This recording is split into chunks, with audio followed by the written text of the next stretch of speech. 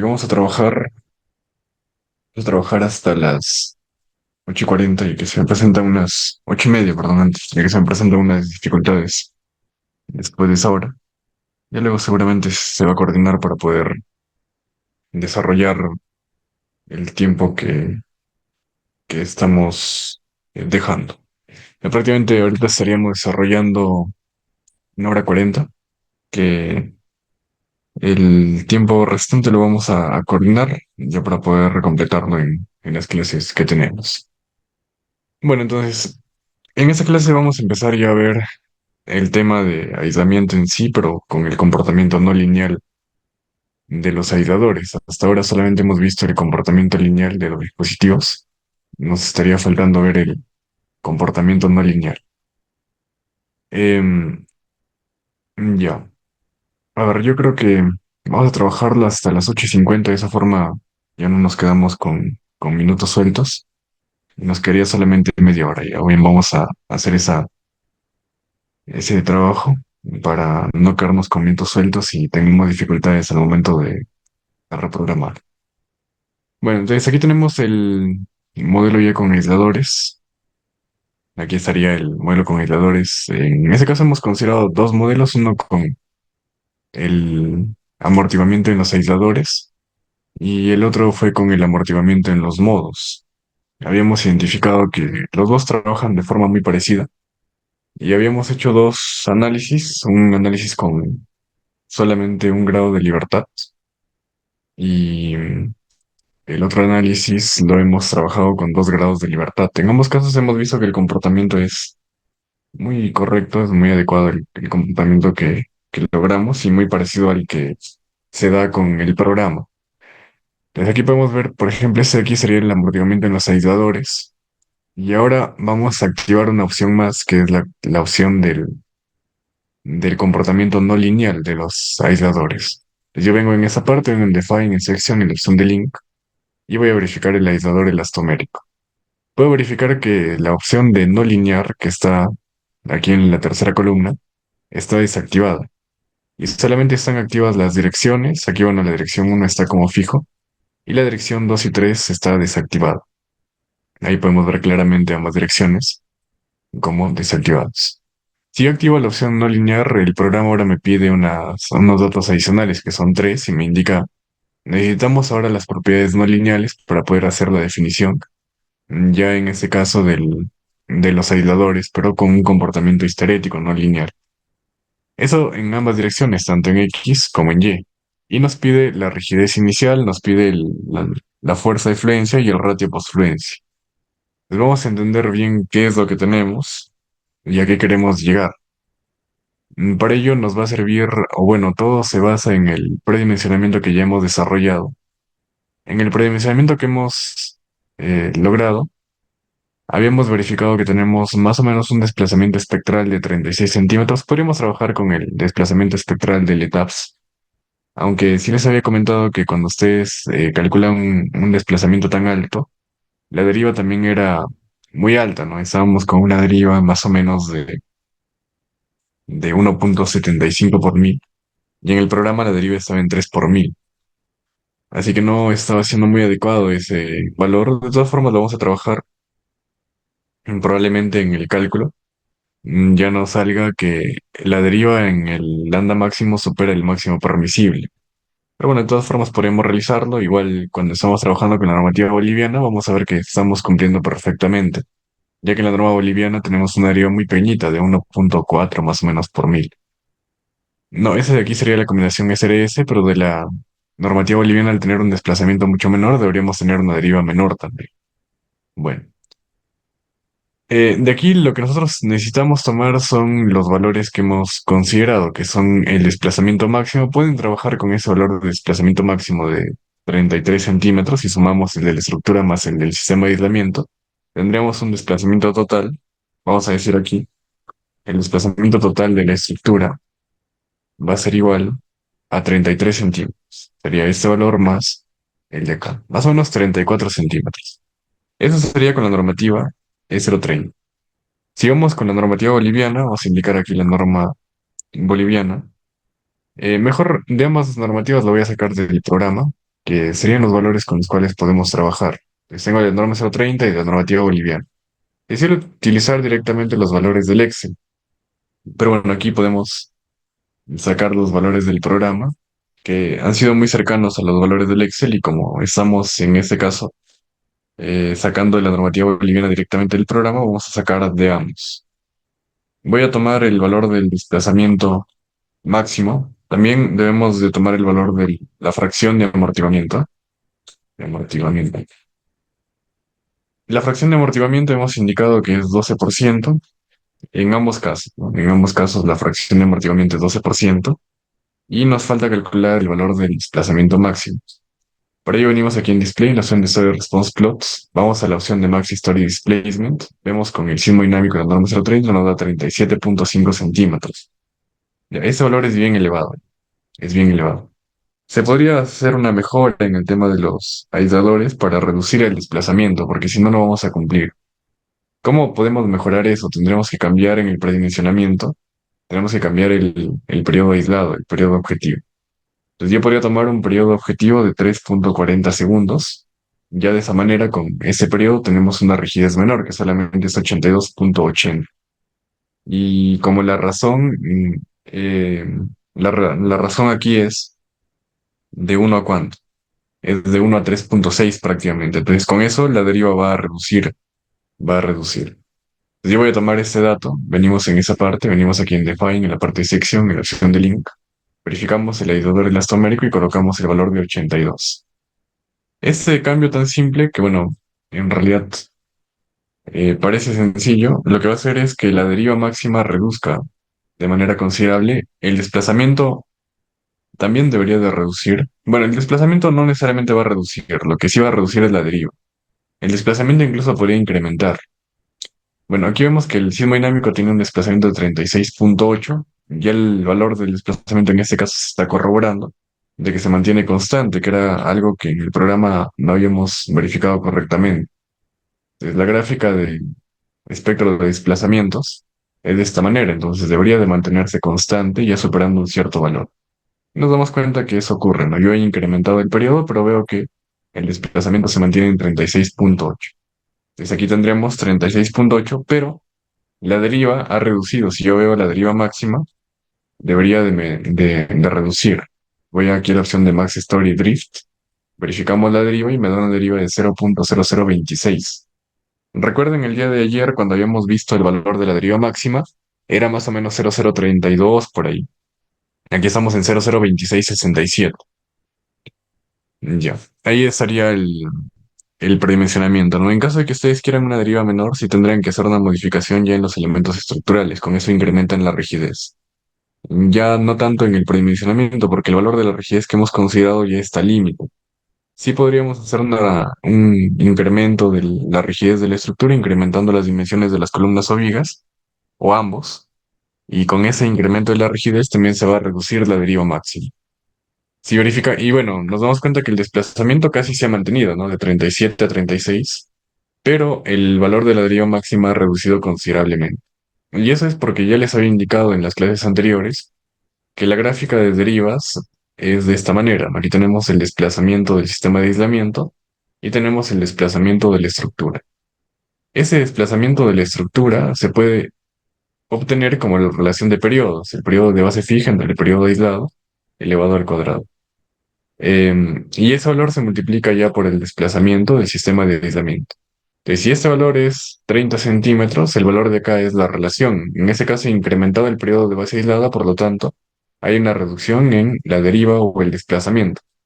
La deriva no es más que el desplazamiento dividido entre la altura total. En la normativa boliviana podemos verificar también aquí en la opción de Max Story Displacement, cambiamos a la normativa boliviana y nos da un desplazamiento máximo de 26.82. Aquí sería 26.82 y tenemos una deriva máxima de 0.0019. Esa deriva es mucho mejor que la que estamos obteniendo en la normativa peruana. Ya les había comentado, nosotros estamos haciendo un análisis ahorita. El análisis que se ha hecho en el predimensionamiento es para unas propiedades nominales. Esas propiedades nominales están asociadas a un lambda, nominal. Entonces, ¿qué significa esto? Eso significa que, como les había comentado ya en la primera clase, el diseño de los aisladores no se hace para este lambda nominal, sino que se hace para una variabilidad de propiedades, donde tenemos un lambda mínimo y tenemos un lambda máximo. En este lambda máximo prácticamente lo que cambia, o bueno, al querer variar las propiedades, cambia la rigidez. Entonces aquí, en realidad, cuando decimos lambda nominal, estamos asociando a una rigidez nominal. Esa rigidez podríamos pasarla por aquí también. Vamos a decir el valor de la rigidez nominal. Y ese valor de la rigidez nominal que hemos considerado es 86 más o menos. Por aquí estaba. Es 82,80. Ese valor está en toneladas por metro. Ya, ese valor de la rigidez nominal, ¿qué es lo que vimos, no? Vimos que cuando yo tenía una rigidez de 90, la deriva era mayor. O sea, si yo reduzco la rigidez, o sea, aquí cambio la rigidez a rigidez mínima, eso significa que la deriva reduce. La deriva va a reducir. O sea, si aquí en el lambda nominal mi deriva está en 0,002, por ejemplo, con la normativa boliviana. Cuando yo trabaje con mi lambda mínimo, la estructura se va a desplazar más. Probablemente ya no más, porque también llegamos a un valor límite, ¿no? Entonces, bueno, en realidad al cambiar la rigidez sí. Entonces se va a desplazar más. Vamos a decir que de lo que estamos en 36 se puede desplazar 40. O de lo que estamos en 26 a 30. Pero la deriva reduce. Aquí la deriva reduce. Porque el periodo de la estructura incrementa. Entonces, si es que el periodo de la estructura aislada incrementa, incrementa, significa que la relación de periodos al cuadrado va a ser mucho menor, ¿no? La relación de periodo con base fija entre el periodo con base aislada va a ser mucho menor. Por lo tanto, la deriva se reduce. En cambio, si yo trabajo con el lambda máximo y aquí considero una rigidez máxima, al tomar esta rigidez máxima, el sistema de aislamiento se mejora y vamos a obtener que la deriva incremente. Esto es contraproducente porque imagínense hacer todo el procedimiento para poder ver el valor de la deriva. No hacemos ya un análisis espectral, sino que analizamos un tiempo historia. Y vamos a ver ahorita los requisitos del tiempo historia. Entonces, como la deriva incrementa, imagínense hacer todo el procedimiento de diseño que vamos a seguir, en el cual tienen que trabajar con los tres lambdas, tanto nominal, mínimo y máximo, para que luego de realizar ya todo el diseño, resulte que la deriva no cumplió. Es por eso que una recomendación es la deriva aquí lo más pequeña que puedan, ¿no?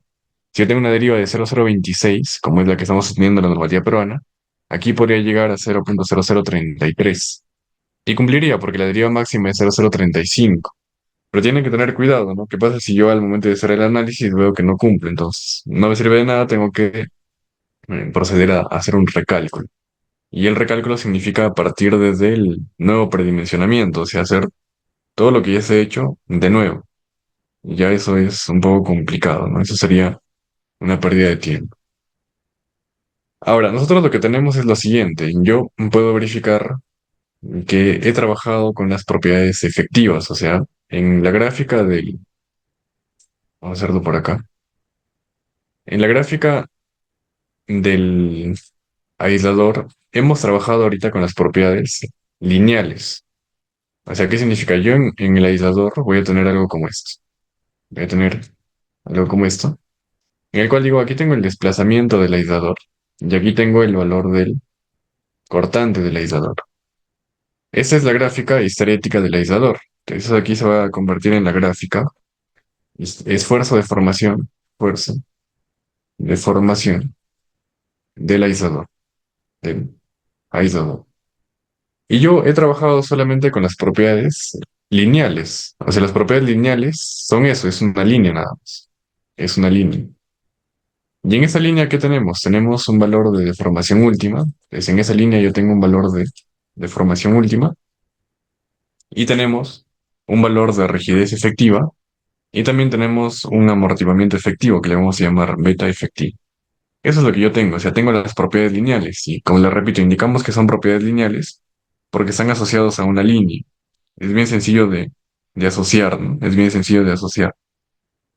Entonces ahora lo que queremos es, ya no vamos a trabajar con esas propiedades lineales, sino que estamos buscando trabajar con propiedades no lineales, o el comportamiento histerético ya del aislador. Eso es lo que estamos buscando. Entonces yo sé que el comportamiento histerético del aislador es más o menos de esta manera. Ese es el comportamiento. histerético del aislador. Entonces, ¿qué vamos a decir? Vamos a indicar que las propiedades lineales del aislador se trabajan con el análisis espectral, con el análisis espectral.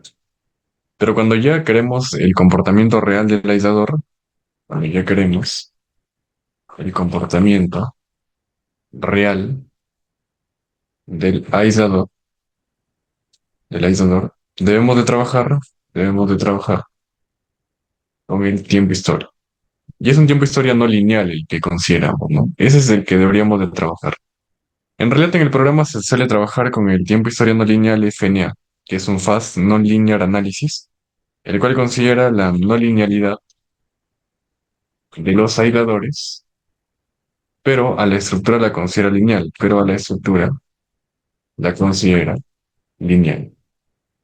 Como su nombre indica, es un análisis no lineal que corre mucho más rápido que, por ejemplo, un análisis no lineal por integración directa.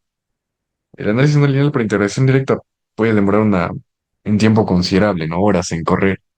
Y el problema es en los registros sísmicos, que nos pide una gran cantidad de registros. Ahorita vamos a ver la cantidad, ¿no? Por ejemplo, en la normativa peruana, en la ISO 30 anterior nos pedía 3 registros sísmicos y trabajar con los valores máximos. En la norma ISO 31 nos pide 7 pares de registros sísmicos escalados al espectro objetivo. Y en la normativa del ACE nos pide entre 7 a 11 pares de registros sísmicos. Por lo tanto, es una cantidad considerable de registros, pero trabajamos con el promedio de las aceleraciones espectrales. Em, bueno, entonces, ya cuando nosotros hagamos el análisis tiempo-historia no lineal, ahí recién vemos el comportamiento real de la edificación.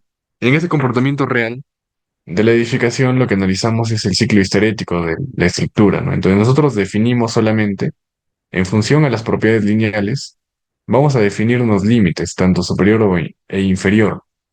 Vamos a suponer que yo me quedo por aquí, que es el valor de deformación última, y voy a definir, en este caso, un ciclo de histéresis.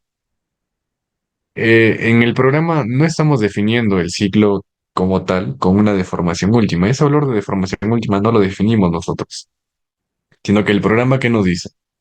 El programa nos dice, cuando vas a definir un análisis tiempo-historia no lineal, tienes que definir solamente los siguientes valores. O sea, tú defines aquí en las propiedades no lineales, la rigidez, que es una rigidez inicial, vamos a definir este valor de rigidez inicial, que sería por acá. Luego nos dice, tienes que definir la fuerza de fluencia. También tenemos que definir este valor de aquí, que es un FY, que sería el equivalente a la fuerza de fluencia. F es un kilo. Y nos dice, también tienes que definir un ratio postfluencia. O sea, yo requiero saber también cuánto es esta rigidez 2. Y el ratio postfluencia se llama alfa. Y ese alfa va a ser la rigidez 2 entre la rigidez 1. Ahí estaría. Eso es lo que nosotros necesitamos definir. Entonces yo me doy cuenta que lo que estoy definiendo en realidad es esto, ¿no? Estoy definiendo la rigidez inicial, estoy definiendo cuánto es la fuerza. Si yo divido fuerza entre rigidez, también tengo el valor del desplazamiento de fluencia, eso también lo conozco. Desde el rango elástico he definido todo ya completamente. He definido la fuerza de fluencia, he definido el desplazamiento de fluencia y he definido la rigidez inicial o la rigidez elástica del aislador. Aquí estamos hablando ya en propiedades no lineales, pero del aislador. Eso es lo que estaríamos considerando. Y luego nos dice, define solamente la pendiente. O sea, yo defino esta pendiente, pero yo no sé en sí cuál es el límite. O sea, yo no sé si es que esta pendiente va a ir más hacia la derecha o se va a quedar hacia la izquierda. O sea, es por eso que trabajamos con un promedio de todos los registros sísmicos. Entonces yo no sé en realidad si es que va hacia la derecha, si es que va hacia la izquierda. Entonces en general yo lo que estoy definiendo son solamente los límites. Estoy definiendo tanto el límite superior como el límite inferior. Y luego ya yo me tengo que proponer 7 registros sísmicos y de esos registros sísmicos, bueno, hacer el tratamiento de registros que lo vamos a hacer el día de hoy. Y ya una vez que se hace el tratamiento de registros, empezar a verificar dónde quedan esos registros. Nos vamos a suponer que yo trabajo con el registro 1. Entonces, hice el análisis con este registro 1 y voy a empezar a obtener el ciclo histerético. Entonces, viene el registro por acá, viene por aquí. viene por acá. Y ese registro, por ejemplo, se queda por aquí. Y eso es lo que logró. Entonces, de ese registro, ¿qué es lo que tengo que calcular? Yo tengo que calcular cuánto es el valor de la deformación última. Pueden ver que esa deformación última es del espectral, pero yo de ese tiempo historia he calculado una nueva deformación última, que es una deformación última ya más real, ¿no? Entonces digo, esta es mi deformación última y también tengo una rigidez. También tengo por aquí el valor de el cortante y bueno, también tengo la rigidez, ¿no? Entonces digo, esa es la rigidez efectiva. Esa aquí sería la rigidez efectiva del registro 1. Y también tengo la fuerza cortante por acá del registro 1. Entonces digo, en esa parte tengo el cortante del registro 1. Bien, vamos a hacer lo mismo. Digo, bueno, hago el mismo procedimiento, pero ahora voy a considerar el registro 7. Entonces voy a hacer lo mismo. En este caso, el registro 7 tiene ese comportamiento, ¿no? Voy a hacerlo con ese color. Entonces viene por aquí. Y ese registro llegó por acá. Entonces igual, yo voy a tomar de este registro, voy a tomar cuánto es la deformación última. Aquí está. Tengo la deformación última. Voy a verificar también cuánto es la rigidez efectiva. Tomo en esa parte el valor de la rigidez efectiva y voy a tomar también la fuerza, el cortante 7, ¿no? Entonces voy a tener una lista al final. O sea, al final vamos a tener una lista en la cual vamos a colocar, por ejemplo, de esta manera. Vamos a decir registro y vamos a decir tengo el registro 1, tengo el registro 2 y así sucesivamente hasta llegar al registro 7. Ya tengo mis 7 pares de registro. Luego vamos a ver cómo analizamos también las direcciones de análisis. Y voy a calcular cuánto es la rigidez. Les digo, la rigidez del uno es, por ejemplo, no sé, aquí la rigidez parece ser un poco mayor, menor, no sé, de repente 90. Luego veo la rigidez del 2, digo, ese valor me da 85. Veo la rigidez del 7 y me da 80. Y de esos valores, cuando trabajamos con 7 pares de registros, la normativa me dice tienes que trabajar con el promedio de todos los pares bueno, de todos los registros, ¿no? Tienes que trabajar con el promedio. Entonces yo saco el promedio y digo, bueno, el promedio es 87. Y con ese valor, que es el promedio, con ese valor debería de trabajar. Entonces yo me doy cuenta, empecé con un valor de 82 y ahora estoy regresando a un valor de 87. Entonces, ¿cuál es el procedimiento? El procedimiento es trabajar con un análisis lineal. Con ese análisis lineal definimos los límites y luego con el no lineal sacamos los valores de rigidez y regresamos a las propiedades lineales. O sea, yo voy a generar un modelo que tenga solamente propiedades lineales nada más, es que es el de acá, ¿no? Ese procedimiento debería de hacerse tanto para el lambda mínimo como para el lambda máximo también. Y el modelo de diseño se hace con el lineal, porque ustedes no podrían diseñar con un tiempo historia. Entonces, si quieren diseñar ya la estructura y el sistema de aislamiento, tienen que hacer ese procedimiento. Predimensionan con un procedimiento lineal, pasan al procedimiento no lineal. Corren los registros y ven, en ese caso, el comportamiento histerético del aislador, de todos los aisladores, ¿no? En conjunto. Y cuando ven ese comportamiento histerético de los aisladores, sacan una rigidez efectiva. Entonces yo voy a pasar de ese comportamiento no lineal nuevamente a un comportamiento lineal. O sea, regreso a esto. Y con eso yo puedo diseñar. Con eso yo puedo diseñar. Ahora yo me doy cuenta que tengo una rigidez, pero lo mismo debe ocurrir con el amortiguamiento. Entonces voy a calcular una fracción de amortiguamiento para el uno. Por ejemplo, digo, la fracción de amortiguamiento para el registro uno es 10,8%. La fracción de amortiguamiento para el registro 2 es de repente 13%. Y yo voy a calcular un promedio. Digo, la fracción de amortiguamiento está en 12,4%. Entonces mi diseño, aquí sería 12,4%. Mi diseño va a ser con 87 de rigidez y 12,4% de amortiguamiento. Con este nuevos valores lineales, yo voy a verificar también la deriva. Entonces digo, la deriva tiene que ser menor a 3,5 por mil. Y en el tiempo historia, en este procedimiento del tiempo historia, también tengo que hacer una verificación de la deriva. Y digo, todos los registros deben tener derivas menores a 5 por mil. Entonces, todos deberían tener derivas menores a 5 por mil. Lo que sí no hemos verificado es que en el espectral, o sea, cuando nosotros regresemos al espectral e incluso antes de ir al tiempo historia, deberían de hacer el diseño pero considerando la excentricidad de las masas. O sea, la verificación de la deriva debería ser considerando la excentricidad de la masa. Ahorita les voy a enseñar cómo pueden considerar esa excentricidad de la masa. Puede que nuestra deriva esté ya muy elevada, pero bueno. El diseño se hace con el valor del lambda máximo. Con ese se diseña porque es el valor, el caso crítico. Con ese se diseña. Bueno, entonces ese es el procedimiento, ¿no? Ahora vamos a tener que ver, la rigidez es sencillo porque para calcular la rigidez solamente saco el valor del cortante, lo divido entre la deformación y eso me da la rigidez. O sea, yo digo, aplico la ley de Hooke, digo la rigidez. Aquí aplico la ley de Hooke y voy a decir la rigidez va a ser igual al cortante entre la deformación. Pero en el tema del amortiguamiento no es tan sencillo. El valor del amortiguamiento, de aquí el beta, se calcula como 1 entre 4 pi. Es el amortiguamiento histerético, y es el valor del amortiguamiento histerético. Y ese valor se calcula como 1 entre 4 pi multiplicado por el área del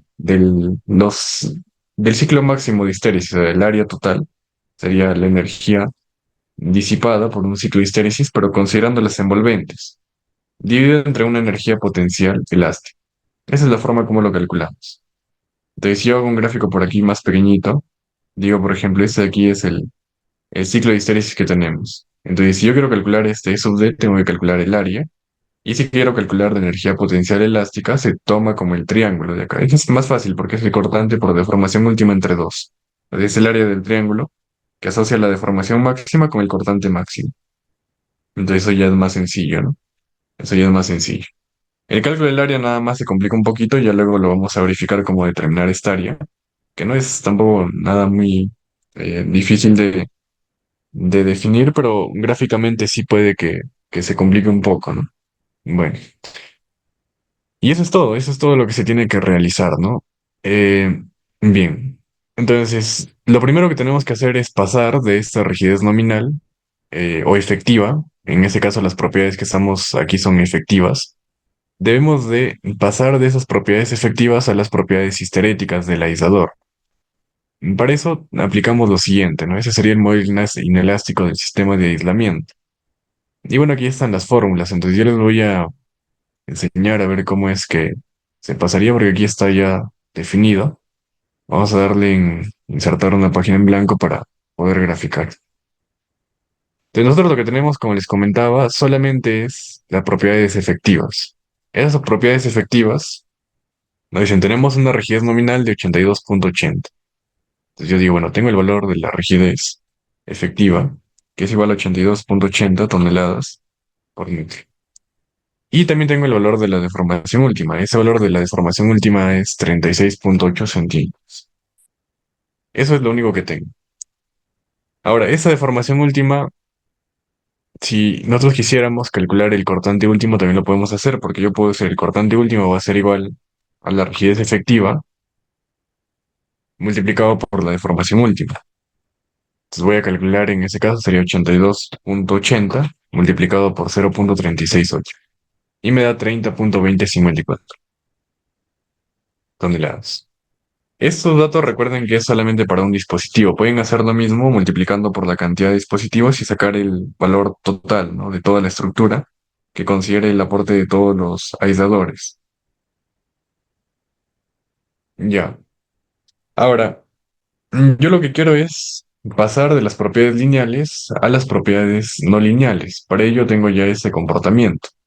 Ese comportamiento, si ustedes lo replican, prácticamente eso de aquí es un ciclo de 4 ciclos que tenemos. O sea, es un cuarto de un ciclo histerético. O sea, si nosotros completamos, ya todo eso sería prácticamente un ciclo de histéresis y esto es un cuadrante nada más.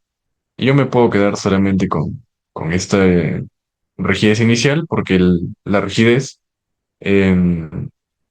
aquí es con la misma pendiente de la rigidez inicial.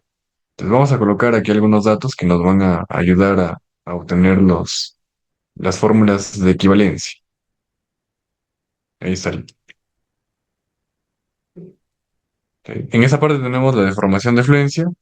Aquí tenemos el valor de la deformación última. Aquí tenemos la fuerza de fluencia. Y arriba tenemos la fuerza última. Entonces vamos a trabajar primero con las equivalencias. Aquí tenemos la rigidez 1 y en esa parte tenemos la rigidez 2. Bien. Entonces, la primera fórmula, vamos a decir lo siguiente, ¿no? Yo digo, tengo la fuerza última, va a ser igual a la rigidez efectiva multiplicado por la deformación última. Esa sería mi primera fórmula. Ese valor de aquí es el valor de la rigidez efectiva. Entonces, en esta fórmula que estamos indicando una relación de la ley de Hooke nada más, la relación de rigidez con fuerza, con fuerza. Ahí está. Te digo, la fuerza última es igual a la rigidez efectiva por la deformación última. Estoy aplicando la ley de Hooke. Ahora, esto de aquí sería para el rango elástico. Ahora, yo quiero esta misma relación trabajarla con el no lineal o inelástico. Para ello, ¿qué digo? Digo, el F sub y, aplico lo mismo, digo, el F sub y va a ser igual a la rigidez uno más la deformación de fluencia. Ahí está, ¿no? Solamente aplico la ley de Hooke aquí, digo, la fuerza de fluencia es igual a la rigidez uno multiplicado por la deformación de fluencia. Y ahora lo que quiero es calcular esa pequeña fuerza de aquí. Es que voy a decir, puedo llamarle ahí, bueno, le pueden colocar algún valor, podría decir, ¿no? Directamente. La fuerza última va a ser igual a que la fuerza última va a ser igual a la fuerza de fluencia, que está hasta esta altura. Y ahora sí, vamos a sumarle la rigidez 2 multiplicado por la deformación última menos la deformación de fluencia. Ahí estaría la fuerza última. O sea, solamente estoy calculando aquí la ley de Hooke. La ley de Hooke es fuerza última menos fuerza de fluencia. Si yo paso a restar aquí la fuerza de fluencia, me quedaría fuerza última menos fuerza de fluencia. Y eso es igual a la rigidez por el desplazamiento. Entonces yo digo, la rigidez aquí en esa pendiente es solamente la rigidez 2. Y el desplazamiento sería la deformación última menos la deformación de fluencia. O sea, eso de aquí nada más. Lo que me queda, ¿no? Que es la resta, digamos. Entonces yo de aquí puedo ver lo siguiente. Puedo ver que tengo la fuerza última y aquí también tengo la fuerza última. De hecho, podría reemplazar en esta parte y decir, ¿no? La fuerza última va a ser igual a la rigidez uno por la deformación de fluencia más la rigidez 2 por la deformación última menos la deformación de fluencia. Y ya luego puedo hacer una equivalencia. Entonces voy a decir que la rigidez efectiva por la deformación última va a ser igual a la rigidez uno por la deformación de fluencia más la rigidez 2 por la deformación de fluencia, deformación última menos deformación de fluencia. Y esa ecuación es mi ecuación uno. Esta de aquí sería la ecuación uno. Ahí está.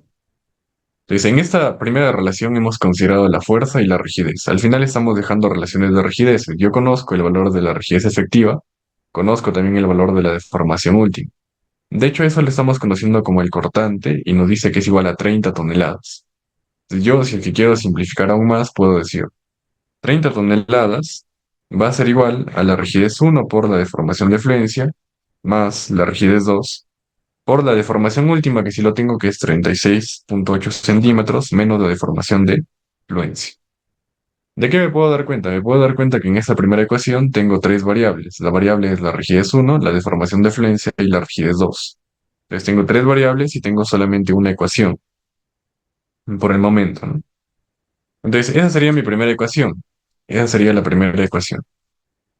La segunda ecuación, vamos a colocar la segunda ecuación, está asociando, aquí la segunda ecuación asocia el amortiguamiento. Como les había comentado, la fracción de amortiguamiento, o sea, a ver, fue, ya. Voy a escribirlo aquí nada más, ya. Vamos a decir que el valor de la fuerza última por la deformación última, no, la rigidez efectiva por la deformación última, era igual a ver, que era igual. Lo que pasa es que esto aquí no es de memoria, sino es de lo que le estábamos demostrando. Ya, era igual a la rigidez uno por la deformación de fluencia más la rigidez 2 por la deformación última menos la deformación de fluencia. Ya, esa aquí es la ecuación uno. Ecuación 1. Ahí estaría. Voy a hacer nuevamente el gráfico porque eso sí es importante. Sería el gráfico con la rigidez efectiva. Y aquí tenemos el gráfico con la equivalencia. Bien. Entonces ahora sí vamos a hacer la ecuación 2. Vamos a considerar en esa parte la ecuación 2. En la ecuación 2 estamos considerando la fracción de amortiguamiento. Entonces decimos, esa fracción de amortiguamiento que es igual a 12%. Entonces yo digo, la fracción de amortiguamiento va a ser igual a 0,12. Y ese valor va a ser igual a 1 dividido entre 4pi. Aquí va a ser 4 por pi. Y ese valor lo vamos a multiplicar por la energía de deformación o el área bajo la curva, aquí sería la energía de deformación, entre la energía potencial elástica. Y esa sería mi ecuación 2. Ahora, yo lo que tengo que hacer es despejar aquí, ¿no? Primero puedo calcular el valor más sencillo, que es la energía potencial elástica. Esa energía potencial elástica es el área de ese triángulo. Es el área del triángulo que relaciona esos dos valores. Es que digo, digo que la energía potencial elástica va a ser igual a, si es que es el área del triángulo, va a ser igual a la fuerza última multiplicado por la deformación última entre 2. Ahí está. Y a su vez, puedo decir que es energía potencial elástica. La fuerza última habíamos dicho que era rigidez por desplazamiento, entonces sería la rigidez efectiva por el desplazamiento último. Eso por desplazamiento último sería al cuadrado dividido entre 2. Entonces, esto de aquí sería la energía potencial elástica. Y me falta solamente la energía de deformación. Entonces, yo les había comentado que ese cuadrante es el equivalente, em, ahora está aquí. Eso aquí es un cuarto de un ciclo de histéresis. O sea, solamente es un cuadrante que se representaría como la cuarta parte de todo el ciclo de histéresis. Si es que yo calculo la energía de deformación de este cuadrante, puedo multiplicarlo por 4 y saber cuánto sería la energía de deformación total. O la energía disipada en todo caso, también lo mismo, ¿no? Entonces, ¿yo qué puedo decir? Yo puedo decir en sí que si proyecto, bueno, aquí tenía un valor que se asociaba al F sub y, que es la fuerza de fluencia. Ese es un F sub y. Pero si yo proyecto la pendiente, si yo proyecto esta pendiente, digo que ese valor de intersección es la fuerza para una deformación igual a cero que le llamamos Q sub y. Es un Q sub y. O sea, estoy proyectando en este caso, ¿no?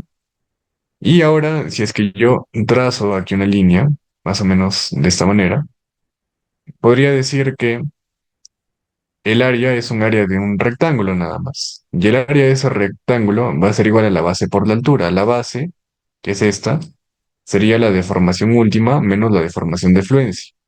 Si aquí tengo la base, va a ser igual a la deformación última menos la deformación de fluencia. Y la altura es el Q sub y, o sea, la altura que estoy considerando, aquí, esa altura, va a ser este valor, que es el Q sub y. Entonces ahí tengo el Q sub y. Entonces, el área, que es la energía disipada, va a ser igual a 4 veces el Q sub y multiplicado por la deformación última menos la deformación de fluencia. Y ya está, ¿no? Ahí estaría. Ahora, para poder calcular el Q sub y, yo puedo decir que el Q sub y va a ser igual al F sub y menos la rigidez 2 por la deformación de flex. Si aquí estoy aplicando ley de Hooke nada más, ¿no? Yo quiero calcular cuánto es esta pequeña fuerza de aquí, esta pequeña fuerza entre el Fy y el Q sub y, que es lo que estoy restando. O sea, aquí en la fórmula estoy diciendo el Q sub y va a ser el F sub y menos esta pequeña fuerza. Y esa pequeña fuerza aplica la ley de Hooke, que es deformación de sub y por la rigidez, rigidez 2. Y ya está. Entonces ya de esa manera podemos reemplazar todo y nos quedaría lo siguiente, ¿no? Podríamos decir que la fracción de amortiguamiento, que es 0,12, va a ser igual. Ya, ese valor de 4 lo vamos a simplificar con ese valor de 4 y el 2 va a pasar a multiplicar. Entonces nos quedarían 2 entre pi y lo vamos a multiplicar por el valor de Q sub y. Lo puedo dejar nada más expresado como Q sub y, ya sea que es igual al Q sub y. Entonces yo lo puedo dejar expresado como Q sub y. Y eso aquí va a multiplicarse por la deformación última. Bueno, si no, directamente. F sub y menos la rigidez 2 por D sub y. Y eso aquí sería por la deformación última menos la deformación de fluencia. Y vamos a dividir a todo esto entre la rigidez efectiva por la deformación última al cuadrado. Ahí está. Bien, entonces esa es la segunda ecuación. Yo tengo ya mi ecuación uno y tengo mi ecuación 2. Bien, en esa primera ecuación habíamos indicado que si yo reemplazaba tenía una rigidez efectiva de 82,80. Entonces había dicho 82,80 por la deformación última me daba 30,25. Entonces digo, 30,25 toneladas va a ser igual a la rigidez uno por la deformación de fluencia más la rigidez 2 por 30 y tantos centímetros, aquí sería 36,8 centímetros, menos la deformación de flex. Ahí está. Obviamente, si ustedes están trabajando con la normativa boliviana, aquí cambiaría la deformación última. En lugar de 36,8 estaríamos tomando 26,82. Es lo mismo, ¿no? Entonces la otra fórmula sería 30,25 es igual. Ah, no, aquí sería diferente, ¿no? Sería 82,80 por 26,82, sería 82,80 por 0,2682. Sería 22,20, sería 22,20 es igual a la rigidez 1 por la deformación de fluencia más la rigidez 2 por 0,2682 menos, o 26,82 centímetros menos la deformación de fluencia. Entonces, esa sería la ecuación uno. En esa ecuación uno que habíamos identificado que tengo una incógnita, aquí tengo la segunda incógnita, y aquí tengo la tercera incógnita. Entonces, tengo tres incógnitas. Y aquí puedo apreciar lo mismo. Esta rigidez efectiva la conozco, la deformación última también la conozco, aquí igual. Pero yo no conozco el F sub y, la rigidez 2 y el valor del D sub y. Entonces vamos a colocar aquí las incógnitas. Digo, tengo algunas incógnitas. Las incógnitas, ¿cuáles serían? La rigidez uno, la deformación de fluencia, la fuerza de fluencia y la rigidez 2. Pero yo sé, en ese caso, bueno, ese sería el... En total tengo cuatro incógnitas. Yo en esa parte conozco, vamos a decir aquí tengo una ecuación 3. Y en esa ecuación 3 nada más puedo decir que el F sub y es igual a la rigidez uno por el D sub y.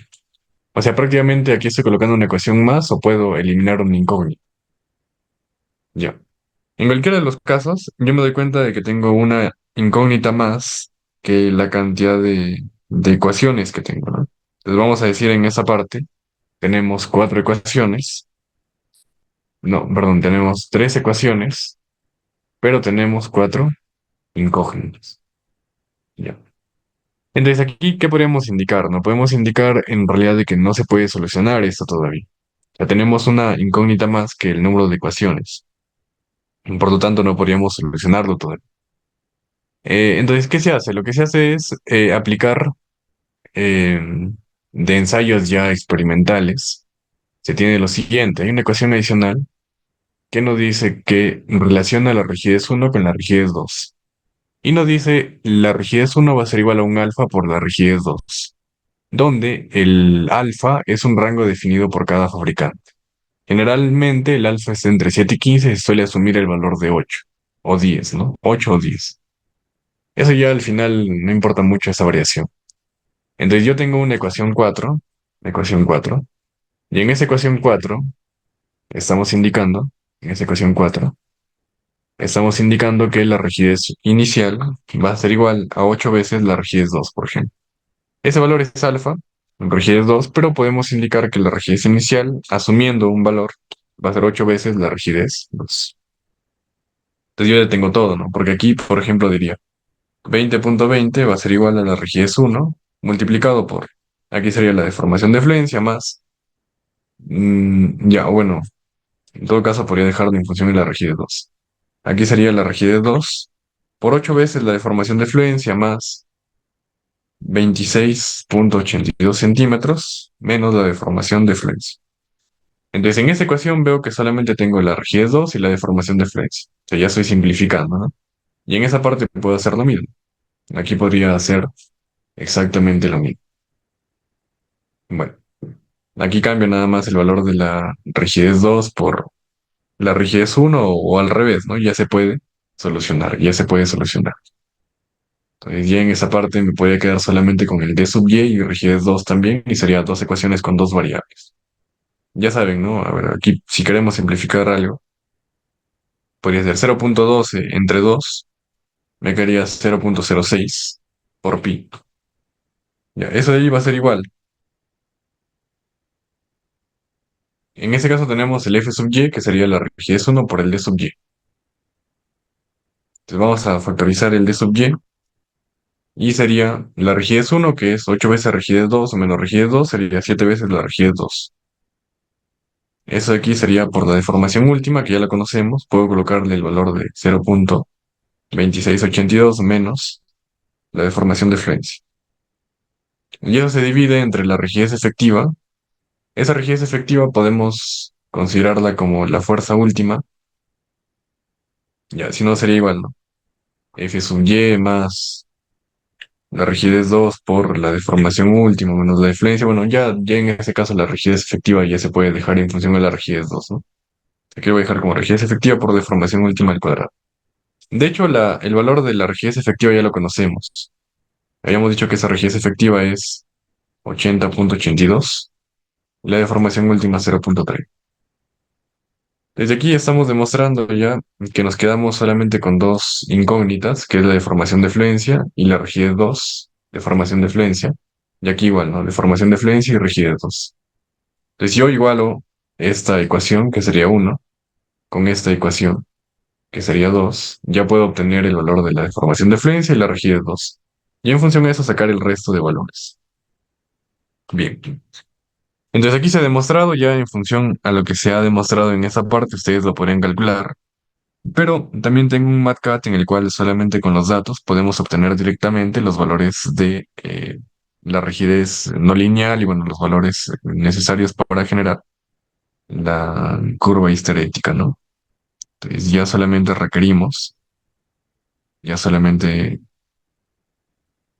en función a lo que tenemos directamente podemos generarlo. No solamente requerimos el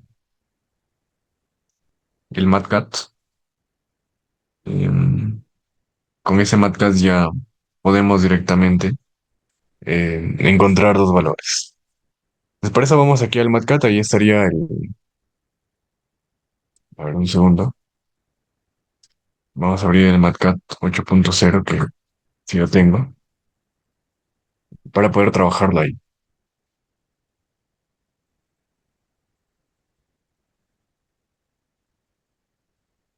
Ya venimos en esta parte,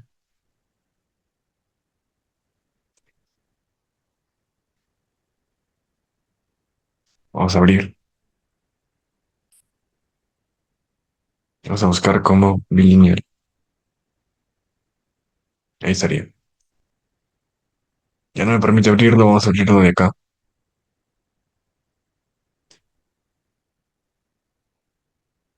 Aquí lo vamos a abrir.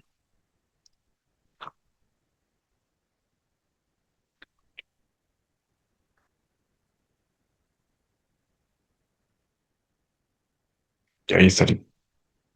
¿Desde qué nos pide ingresar? Bueno, aquí están las fórmulas ya desarrolladas y lo único que nos pide es datos de la estructura. Primero el desplazamiento máximo. Ese valor de desplazamiento hemos visto que es 0. Primero lo voy a hacer para la normativa peruana, luego para la normativa boliviana. Aquí solamente es cuestión de ingresar los datos iniciales. Desplazamiento máximo es 36,8, aquí sería 0,368. Las unidades de desplazamiento en metros.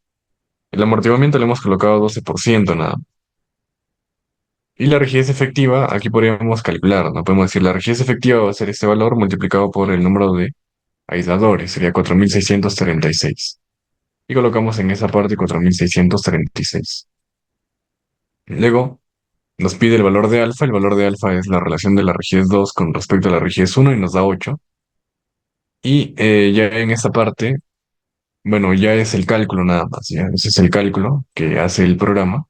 Y nos dice, finalmente, tenemos estos datos. Tenemos el F sub y tenemos el valor de la fuerza para desplazamiento igual a cero. Y también tenemos la rigidez inicial, debe estar por acá. Bueno, la rigidez inicial también está aquí, que es 29.851. La rigidez 2 también está en esta parte. Y aquí se verifican los valores, ¿no? Se verifica en este caso los datos, 4.636.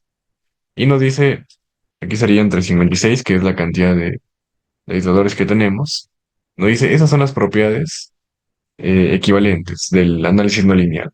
Vamos a decir, las propiedades no lineales van a ser las siguientes. En propiedades no lineales tenemos la rigidez, aquí sería la rigidez 1. Esa rigidez inicial sería 533,07. Tenemos la fuerza de fluencia. Esa fuerza de fluencia es 6,8. Y nada más, eso es lo único que requerimos. Eso es lo único que requerimos. De todas formas, aquí podríamos considerar el valor de alfa, y ese valor de alfa es igual a 1 entre 8. Esa es la relación, ya. En sí nosotros sabemos que el alfa es 8, pero lo que consideramos en el programa es la inversa, es 1 entre 8. Entonces, con estos datos ya podemos ir al programa. Bueno, en general, eso sería para la normativa peruana. Si vamos a la normativa boliviana, tenemos otros desplazamientos máximos. Los desplazamientos máximos igual pueden cambiar aquí nada más los valores. Sería 0,2682. Y la rigidez efectiva se mantiene porque la rigidez efectiva es la misma. Esa rigidez efectiva es la misma. Lo único que ha cambiado es el valor del... A ver, porque no me permite copiar. Ya, lo único que ha cambiado es el valor del desplazamiento porque el espectro de diseño era menor. El espectro de diseño era menor. Un momentito, por favor.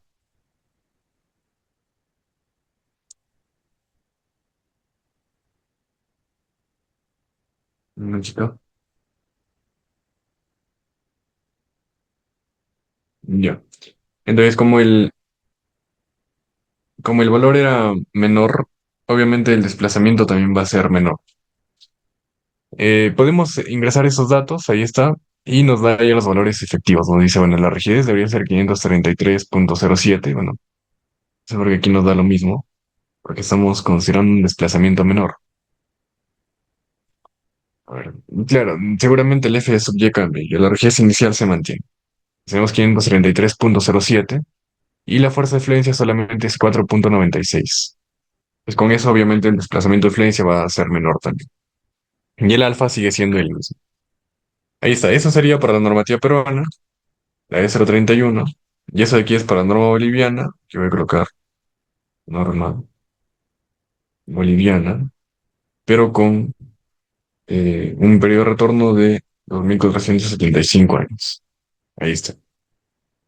Esos datos tenemos que ingresarlos, venimos aquí.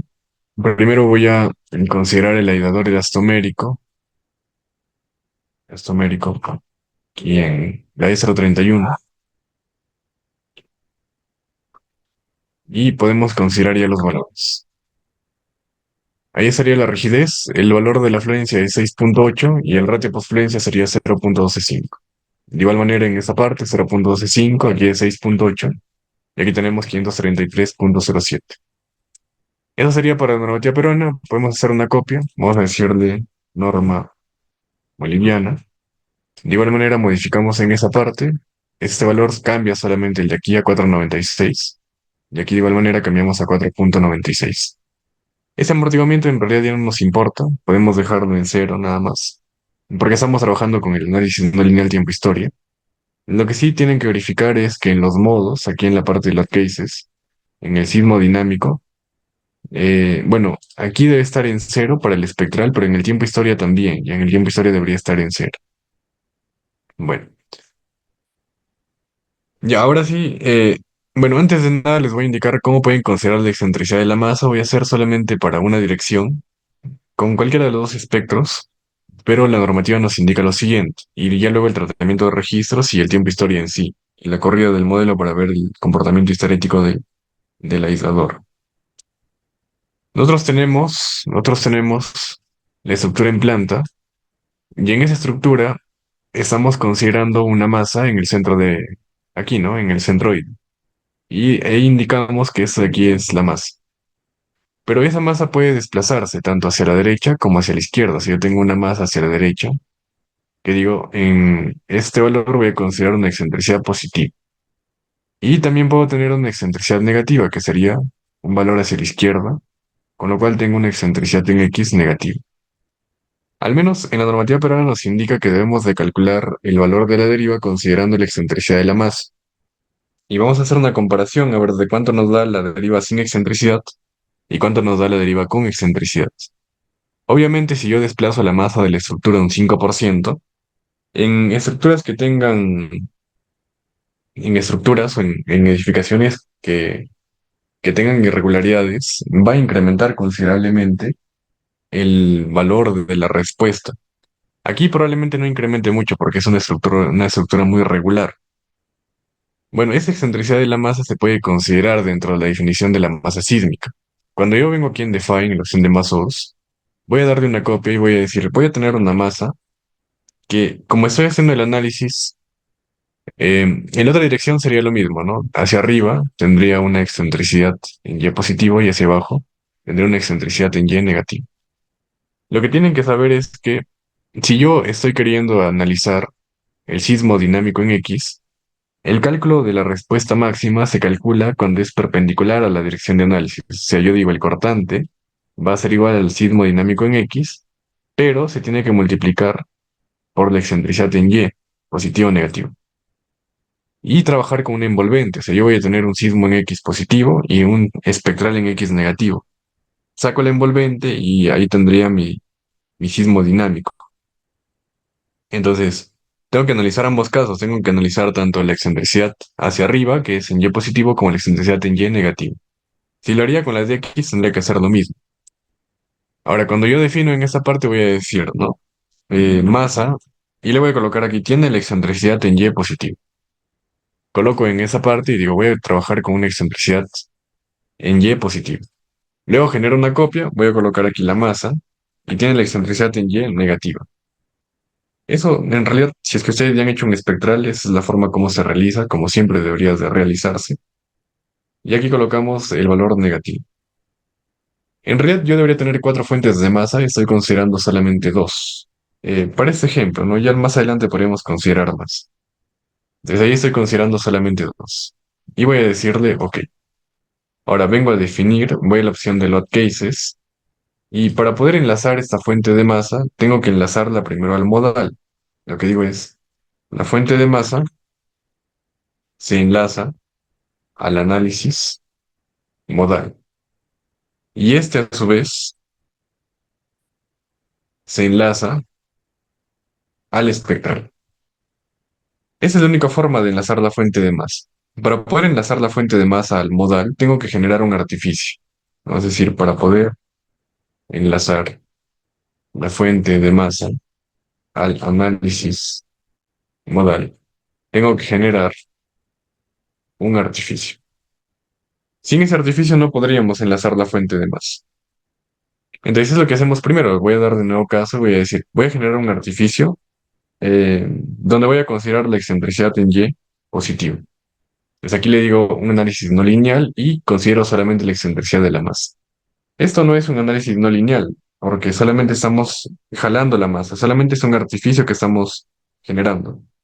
El análisis no lineal, primero tienen que definir el peso sísmico y luego el pushover, pero aquí no estamos definiendo eso, solamente la finalidad de esta definición es enlazar la fuente de masa nada más.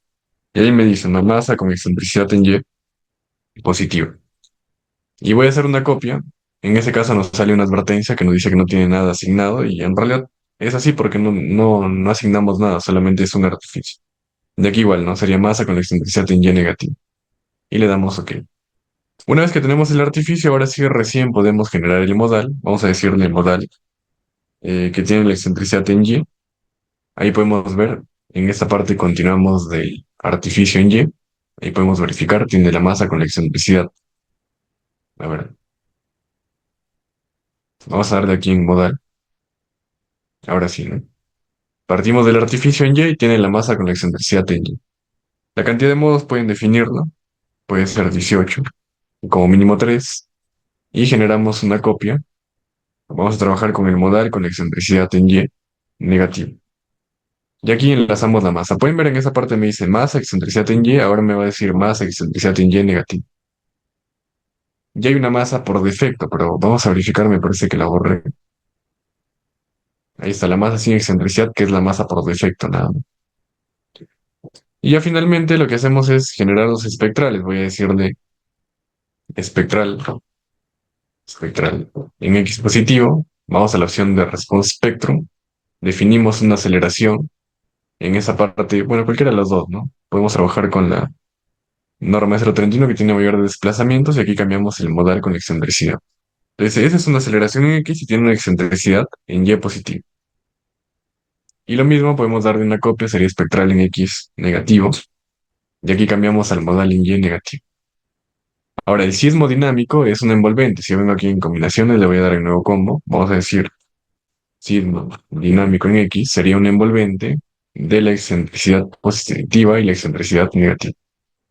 Podemos comparar, a ver qué me dice. Ya.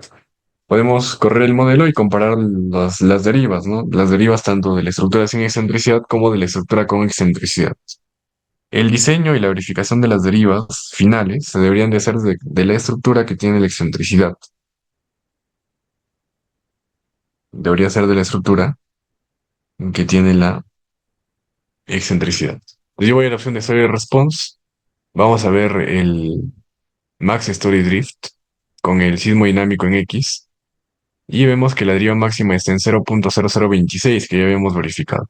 Pues vamos a tomarle un recorte y ver si es que la variación es significativa o si se puede despreciar cuando consideramos la excentricidad.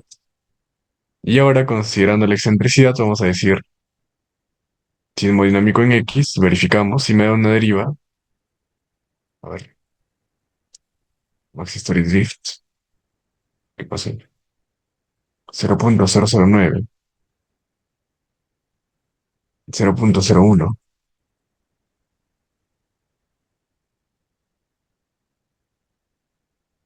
Ahora sale una deriva muy grande, pero no sé por qué.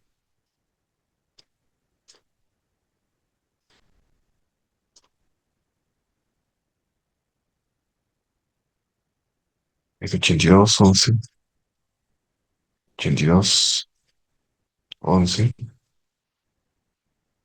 Definimos aquí en el source. Ahí está 0.05. Y aquí igual. Vamos a verificar el envolvente, aquí en combinaciones. Aquí debería ser envolvente y está envolvente. Ok. Define en lot cases. Vamos a ver los espectrales. Ahí estaría, ¿no? Pues pueden ver que hay una diferencia muy grande. En realidad está un poco dudoso que sea tan grande el valor que nos está dando. Ya no tiene mucho sentido en realidad que una excentricidad nos genere tanta diferencia, ¿no? Entonces ahí sería el Max Story Drift. De todas formas se lo voy a corroborar ya. Pero bueno, podían ver que aquí la deriva, bueno, es un poco ilógico porque no estaría cumpliendo en realidad. Y la deriva es muy elevada, ¿no? Es en 0.01. Pero bueno, de todas formas se lo voy a verificar. De repente en alguna definición ahí está muy bien. Podría ser porque todavía está activa la opción del no lineal. Yo creo que eso no debería de influir en nada, pero a ver, por si acaso. Ya. Entonces, ahí pueden verificar, ¿no? Cuando ustedes hacen el diseño deberían de considerar el tema de la deriva y de la excentricidad. Normalmente todas las estructuras se deberían de hacer cumplir para la excentricidad. Bueno, sí creo que era eso. Ahora vamos a verificar en este caso. Ahí está, ¿no? 0.002545 y con el otro valor nos da 0.0026. O sea, incluso con la excentricidad nos da menos, ¿no? Un poco extraño. Ahí está, 0.0025. Nos dio un poco menos al considerar la excentricidad. Me parece un poco raro. Normalmente se incrementa. Pero aquí vemos que nos da un poquito menos. Bueno, ahí estaría. Bien, ahora sí vamos a hacer el análisis no lineal tiempo-historia, por eso tenemos que revisar un poco de la teoría. Aquí nos indica cómo considerar el análisis no lineal. Como les indicaba, luego, primero vamos a hacer para el lambda nominal y luego ya vamos a hacer la verificación para el lambda máximo y también para el lambda mínimo. En esa parte tenemos el lambda nominal de color verde, un límite superior con el lambda máximo y un límite inferior con el color rojo del lambda mínimo. Eso lo vamos a ver un poco más adelante, como lo repito. Ahorita lo que vamos a verificar es la definición del movimiento del terreno. Entonces, y en esa parte lo que nos dice es el espectro de diseño corresponde a un sismo de 2475 años. Ese es el que deberíamos de considerar, ¿no? Un sismo de 2475 años de periodo de retorno. Se debe obtener mediante un estudio de sitio o empleando los indicadores de norma SO30, previa verificación del periodo de inversión del suelo. Entonces aquí hay una recomendación para el cálculo del tipo de suelo, los cuales se verifican mediante ensayos de microtrepidación y nos permiten obtener el periodo del terreno. Muchas veces hay una variación porque aquí nos indica, por ejemplo, que La roca dura debe tener un periodo menor a 0,15 segundos. El suelo que hemos escogido, que es una roca, suelo muy rígido, debería tener periodos de vibración menores a 0,30 segundos. Se considera un estrato de más o menos 30 metros de profundidad como máximo, y ahí se calcula ya el periodo del suelo. Entonces nosotros tenemos que verificar y hacer una clasificación del suelo en función a este periodo. Para ello, cuando tengamos los registros, la normativa también nos indica que debemos de trabajar con registros que sean compatibles con el espectro con el factor de sitio que estamos considerando. Si estamos trabajando con un suelo rígido, deberíamos de buscar acelerogramas que estén en suelo rígido. Bien. Desde en esa parte nos da el escalamiento, nos dice que se debe de amplificar por 1,50, pero considerando un factor de uso de uno nada más. Eso en ambos casos, ¿no? En el otro, bueno, no se multiplica por 1,5, se multiplica por 1,6 para pasar de un periodo de retorno de 475 años a un periodo de retorno de 2.475 años. Eso es lo que tendríamos que considerar. Nos dice, en la cantidad de registros son 7 registros mínimo, 7 pares de registros de acelerogramas. En enlace, eh, nos indica también que se puede trabajar con 11. O sea, puede ser 7 o podría ser 11 también. Pares de registros sísmicos, ¿no? En ese caso son pares de registros. Y nos dice, se permite escalar registros por factores únicos o usar escalamiento de frecuencias para lograr señales espectrocompatibles.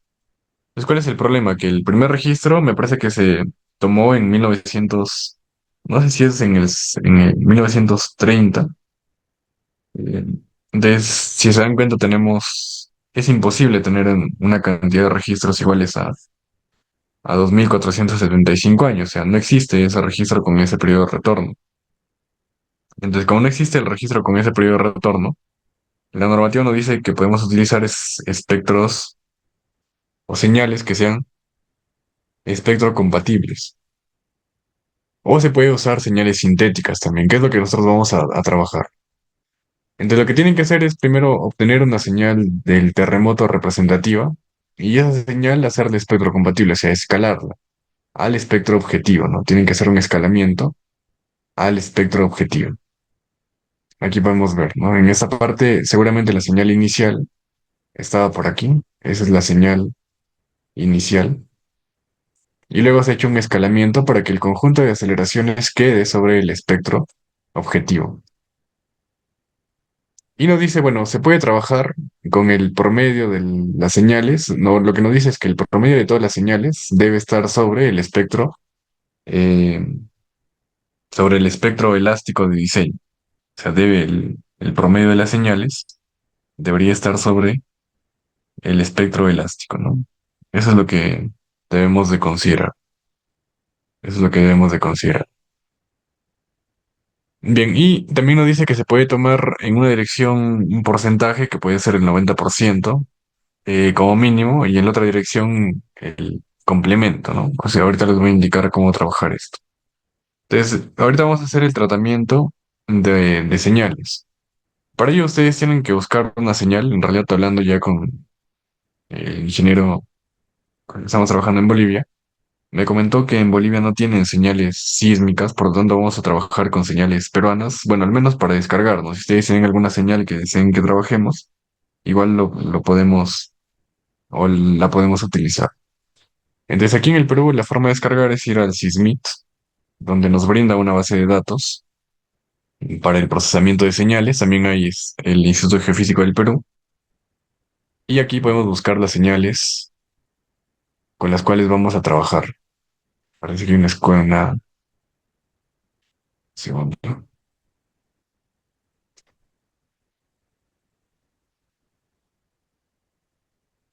Vamos a ir aquí al SysMit.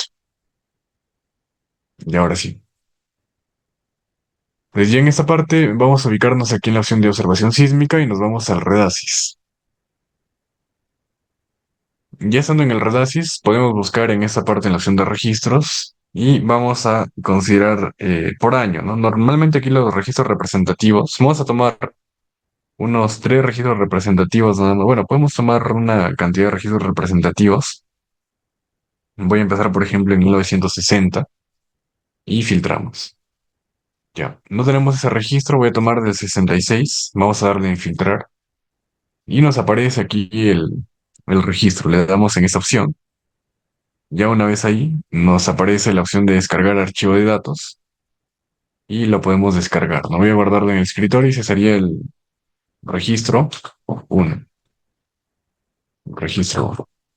Voy a buscar otro, voy a buscar el del 70, voy a darle aquí 1970, le doy en filtrar, voy a descargar. Voy a llamarle registro 2. Y vamos a buscar uno más, que sería el de 74 gramos. Vamos a trabajar con el que tiene la mayor magnitud y le damos a registro 3. Registro, registro 3. Algo que debemos de considerar es que la normativa nos dice necesitan 7 pares de registro, ¿no? Obviamente en el curso, ya para no hacerlo tan extenso, podríamos trabajar con un máximo de 4 de repente.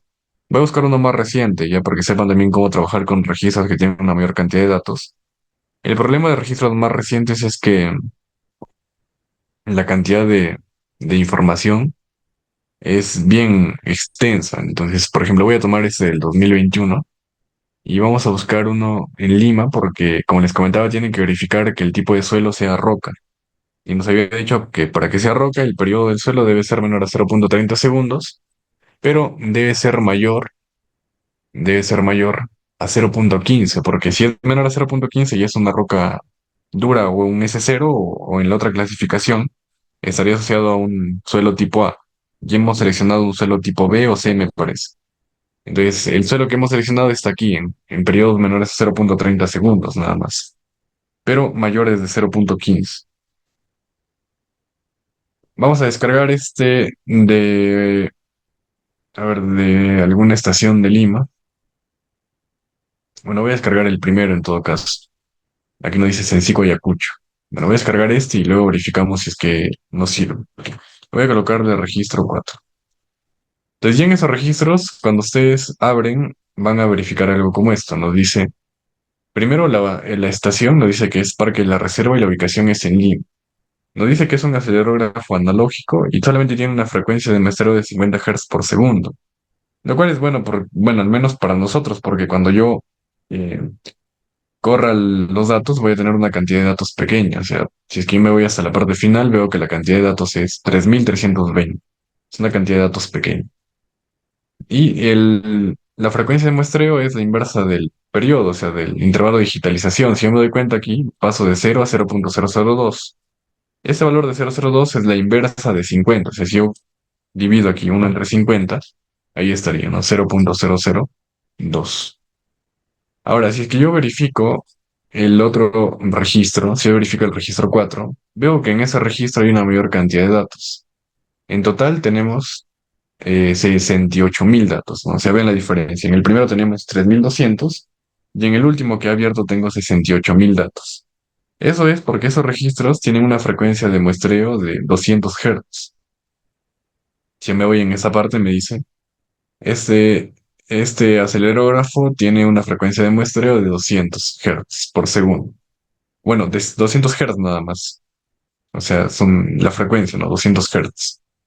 Entonces, si nosotros calculamos, el intervalo de digitalización sería 1 entre 200 y nos da 0,005. El otro era 1 entre 50, sería 0,02.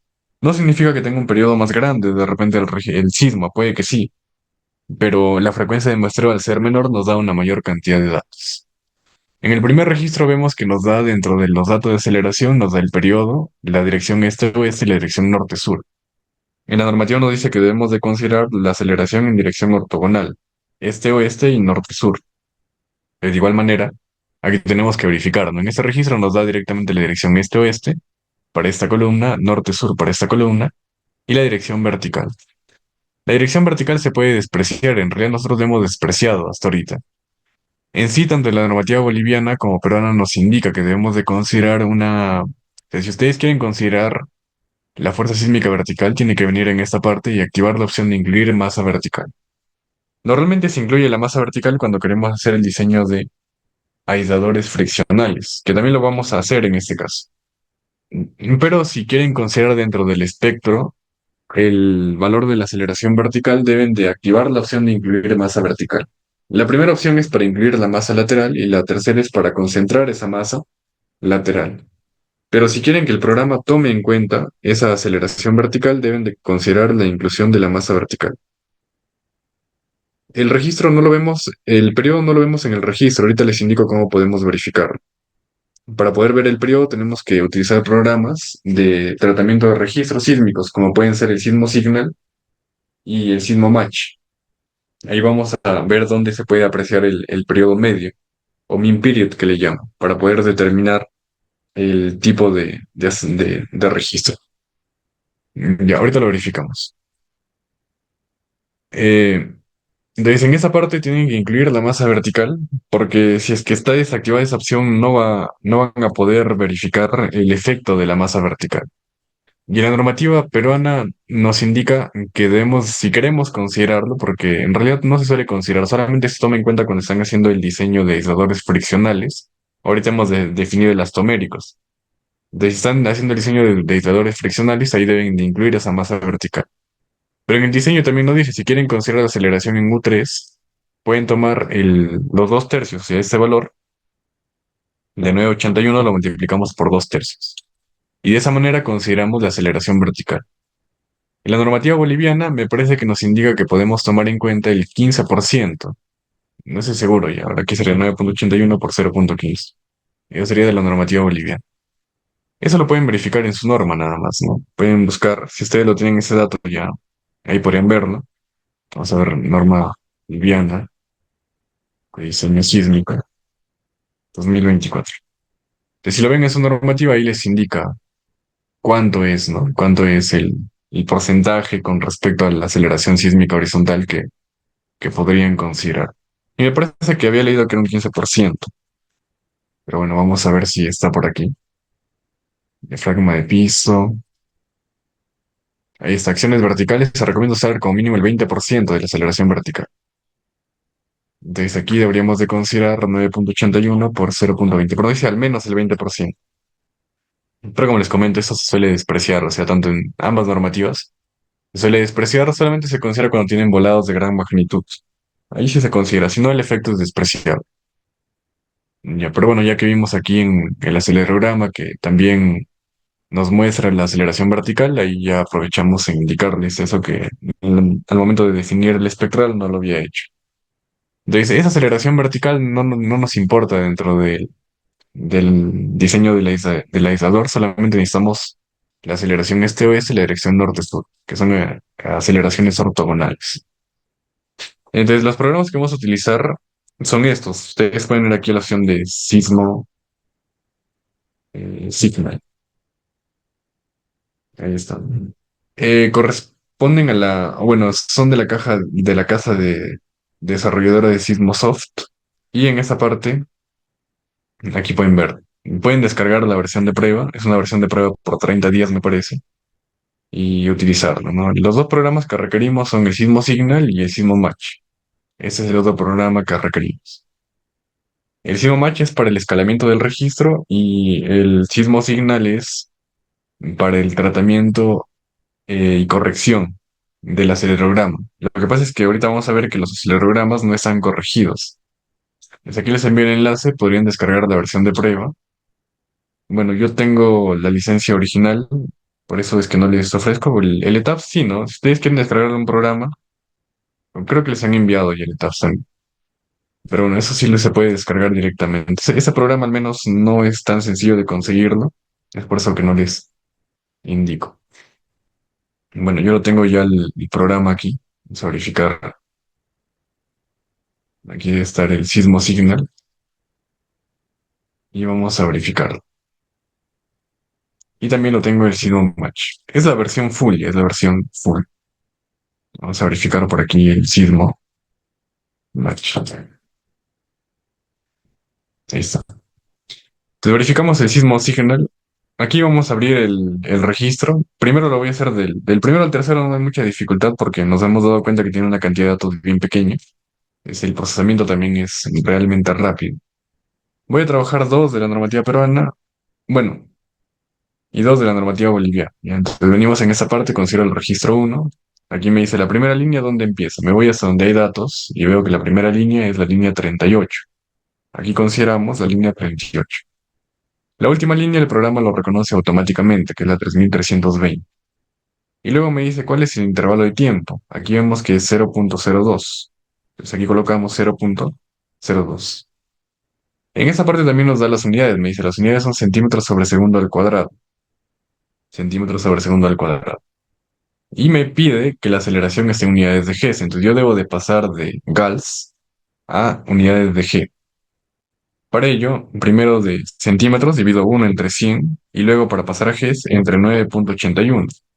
Y ese es el factor de escala, que es 0.00102. Aquí consideramos 0.00 102.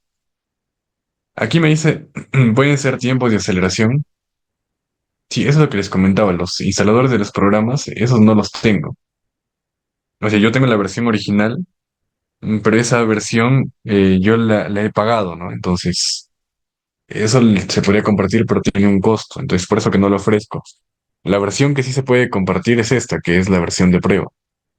Es la versión de prueba. Con el ETAP sí no hay problemas, tienen páginas, por ejemplo, aquí les enseñé. Hay páginas en las que ustedes pueden descargar cualquier programa, ¿no? De repente no sé si les han enviado esto, pero si ustedes van a esta página y hay casi todos los programas, por ejemplo, el ETAPS.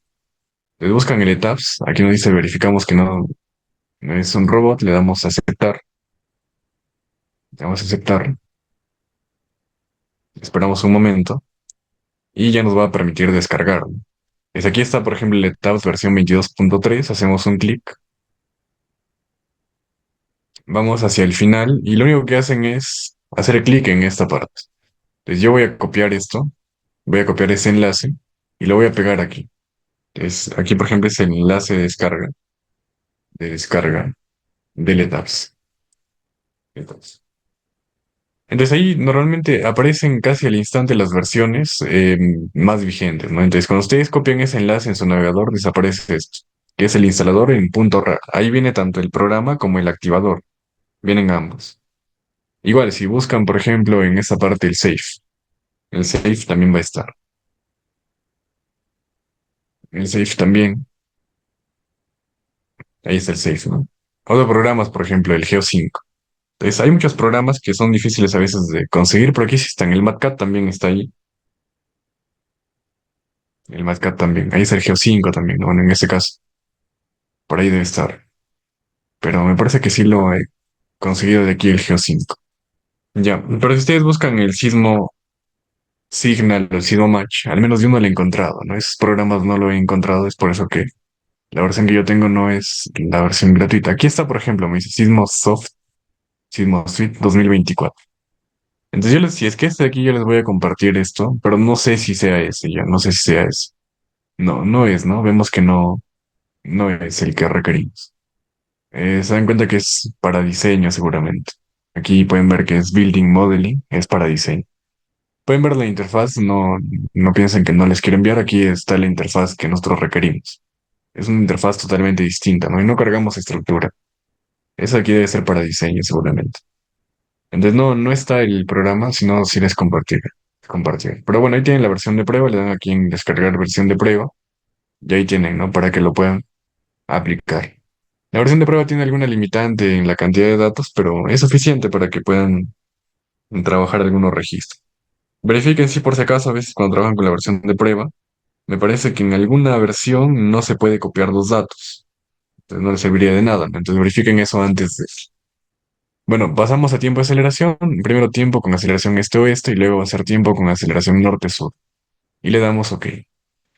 En este registro, ¿qué vemos primero? Vemos que en la opción de Ground Motion Parameters, aquí hay una opción que se llama Mean Period, que es el periodo medio. Lo buscamos en esa parte y me dice Mean Period. Ese es el periodo medio. Veo el periodo y me dice 0.224 segundos. Entonces yo comparo en esa parte, comparo y digo, ¿es menor a 0.30 o mayor a 0.15? Por lo tanto, es una roca, un suelo S1 o un suelo tipo B. Ahí está, 0.224, B o C. Esa clasificación está para ambos, para B y para C. Y por lo tanto es un registro que yo puedo utilizar. Normalmente utilizamos el mismo tipo de suelo en el registro porque ese registro ya tiene una meseta, o sea, la meseta está definida en función al periodo T sub P. Si es que yo tuviera un tipo de suelo en un suelo blando, la meseta sería más larga, pero mi espectro objetivo tiene una meseta pequeña. Para hacer el escalamiento debería tener la misma meseta, si no estoy haciendo un escalamiento incorrecto. Ahora, luego lo que tienen que hacer es ver en esa parte en la opción de Time Series y pueden ver que el desplazamiento son 50 centímetros. O sea, significa que el terreno se ha desplazado una cantidad de 50 centímetros, lo cual es ilógico. Es un desplazamiento extremadamente grande, ¿no?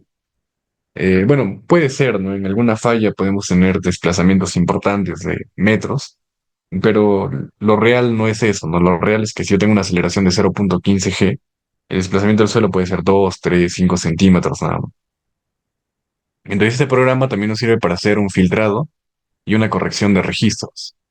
La corrección puede ser una corrección cúbica y las frecuencias de filtrado pueden estar entre 0.15 y 20 Hz, que son las frecuencias de la estructura. Y le damos aquí en refrescar.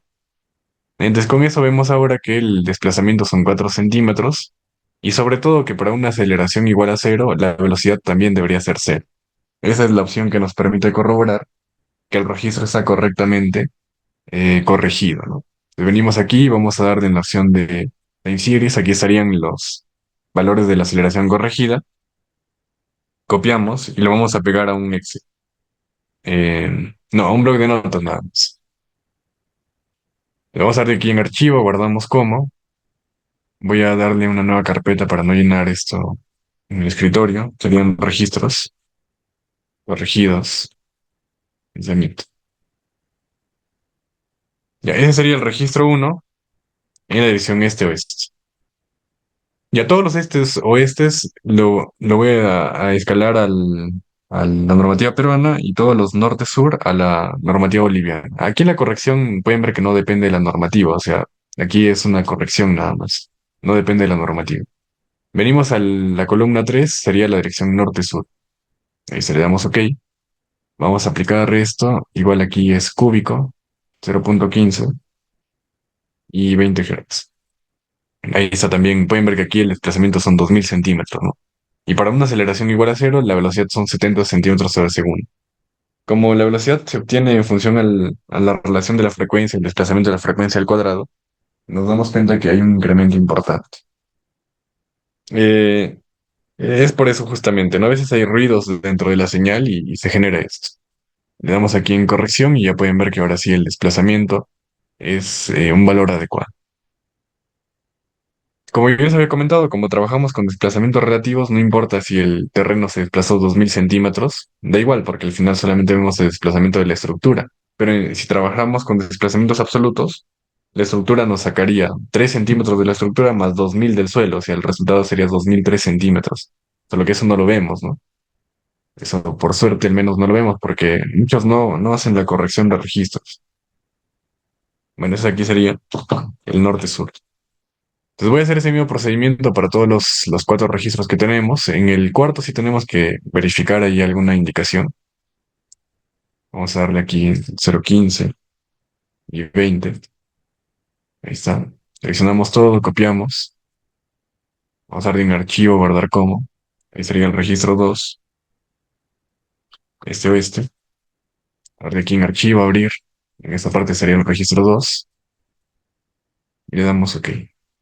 Igual pueden ver en esta parte también el periodo medio es en 0.27, ¿no? Los que he descargado, los tres primeros, sí están en la misma estación, por lo tanto ya no tienen que verificarlos todos, sino solamente uno, porque es la misma estación de la que he descargado, que era del Parque de la Reserva. Y esa estación sí está en un suelo rígido, por lo tanto, solamente con verificar uno es suficiente. Vamos a darle en seleccionar todo, copiamos, vamos aquí en archivo, guardar como, y sería norte-sur. Igual abrimos, sería el registro 3. Vamos a darle aquí en 2, OK.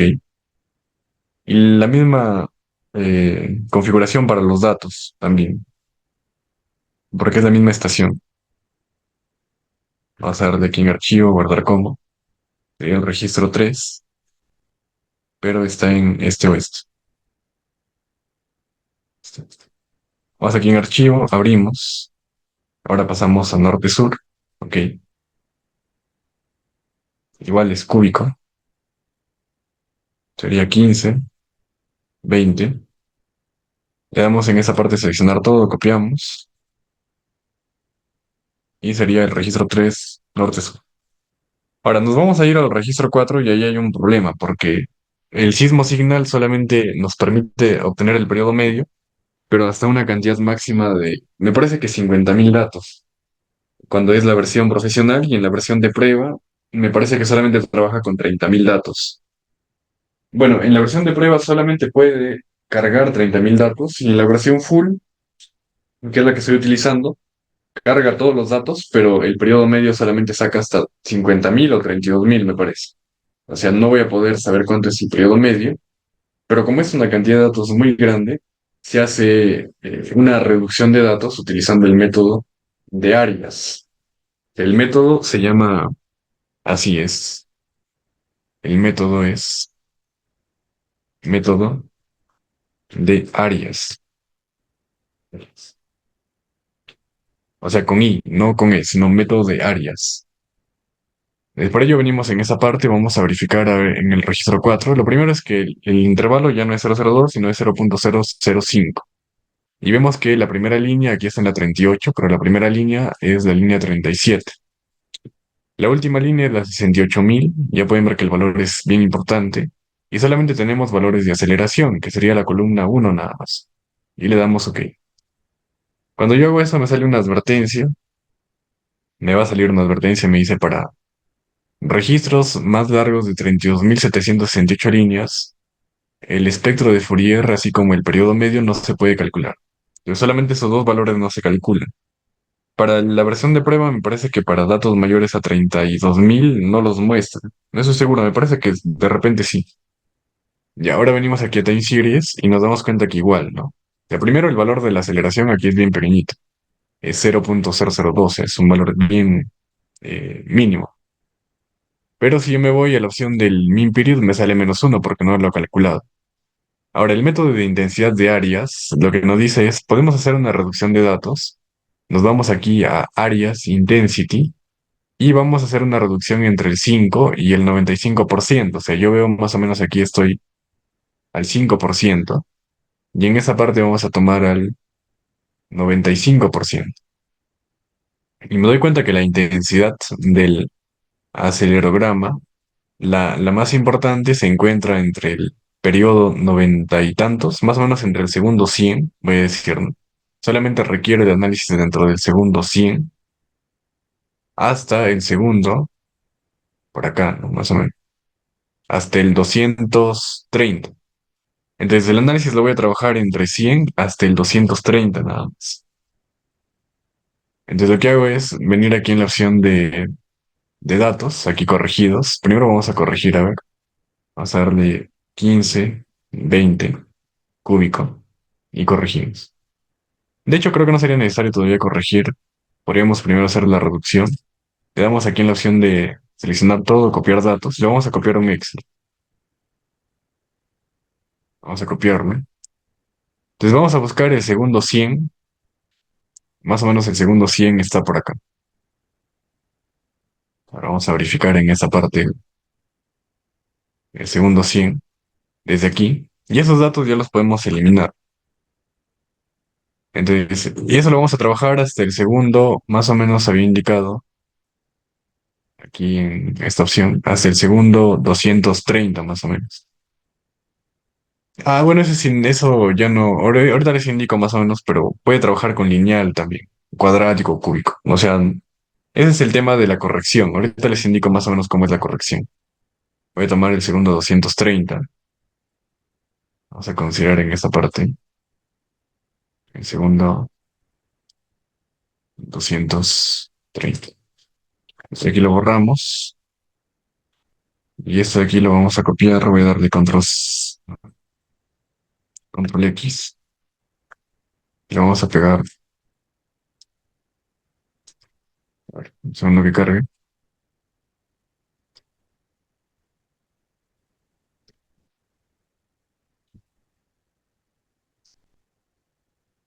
Damos allí control X y aquí lo pegamos. Entonces los datos aquí vamos a empezar, creo que en cero nada más. Y esos serían los datos que requerimos. Entonces, en esta parte hemos hecho una reducción importante, ¿no? A solamente 130. Vamos a pegarle esto a un bloc de notas y va a ser en guardar como. Aquí sería el registro 4, pero ya está reducido. Entonces, la cantidad de datos que tenemos ahora son ¿cuántos? Son solamente 26.000. O sea, hemos reducido de más o menos 68.000 a 26.000 datos. En ese caso, ese registro es el este-oeste. Ya está corregido, entonces ya, bueno, sería suficiente. Ya.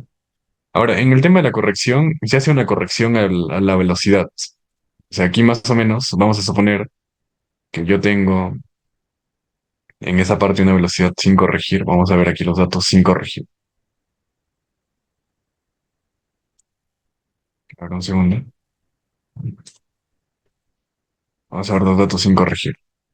Entonces, en los datos sin corregir vemos que hay una gran cantidad de frecuencias en el tema de la velocidad. Entonces, en la corrección hay una función, vamos a suponer, ¿no? Yo tengo esto de aquí, mi velocidad es así,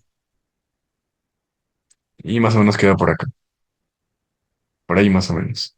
A ver, un segundo para graficar.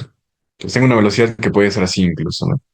Entonces, la línea del origen es esta. Y se debe de corregir para que la velocidad aquí en la aceleración igual a cero sea cero también. Entonces hay una corrección que es polinómica normalmente, no puede ser lineal, cuadrática, cúbica, pero son funciones que más o menos compensan esto y hacen una corrección de esta manera, de tal forma de que aquí se corrijan. Eso es más o menos la corrección. Yo he trabajado manualmente esa corrección, se va corrigiendo paso a paso, se puede decir, y aquí más o menos se calcula el error, ¿no? Pero ya este valor, la finalidad es que ese valor llegue aquí. Entonces, obviamente, si yo trabajo una lineal, es como si hiciéramos una corrección, no se podría hacer algo así, ¿no? Una línea nada más. Una cuadrática tiene una forma ya en pendiente. Bueno, la lineal puede que sea algo así, ¿no? Una corrección lineal, algo así. Bueno, pero esa sería, en sí esa es la función, cómo se corrige, ¿no? Eso tendrán que buscar nada más el tipo polinómico de corrección. Vamos a ver si por aquí hay alguna información. Corrección de la velocidad en espectros. Por forma espectros, ¿sabes? Y ahí pueden ver, ¿no? Hay algunas, ahí está corrección de la línea base. Y ahí les indica cómo lo corrigen. Pues no sé si por aquí está la corrección como ejemplo. A ver, un segundo.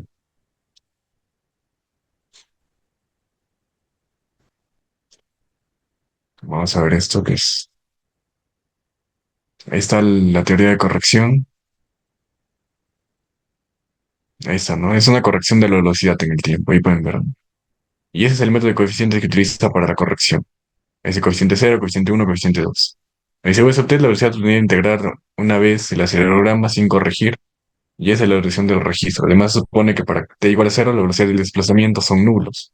A eso debemos de llegar. Entonces, nosotros vemos que en el registro original, no se tiene eso, ¿no? Se tiene que el valor del desplazamiento y la velocidad puede ser que sea igual a cero, ¿no? Pero el desplazamiento no. Entonces eso estaría mal, ¿no? Ahí está el registro del centro, el desplazamiento máximo fue 29 centímetros, bueno. Y ahí está el procedimiento para la corrección y el ajuste por línea base. Eso normalmente lo enseñan en análisis estructural, ¿no? Ahí, no, sí, en ingeniería sísmica lo enseñan. Entonces eso es lo que cambia nada más, ya no hay mucha complicación, pero se corrige en función de la velocidad. De repente por aquí podemos ver alguna imagen en la cual se ve la corrección. Corrección, corrección, corrección y tratamiento de registros. De repente por ahí se puede verificar, ¿no? Bueno, aquí incluso hay un video, por ejemplo. No sé si eso indica ya también ese mismo tema de la corrección de registros. Y lo pueden verificar. Tiene ahí nos dice aislamiento sísmico, extra uno, corrección de registros sísmicos. Ahí también debe explicar un poco más ese tema. Bueno,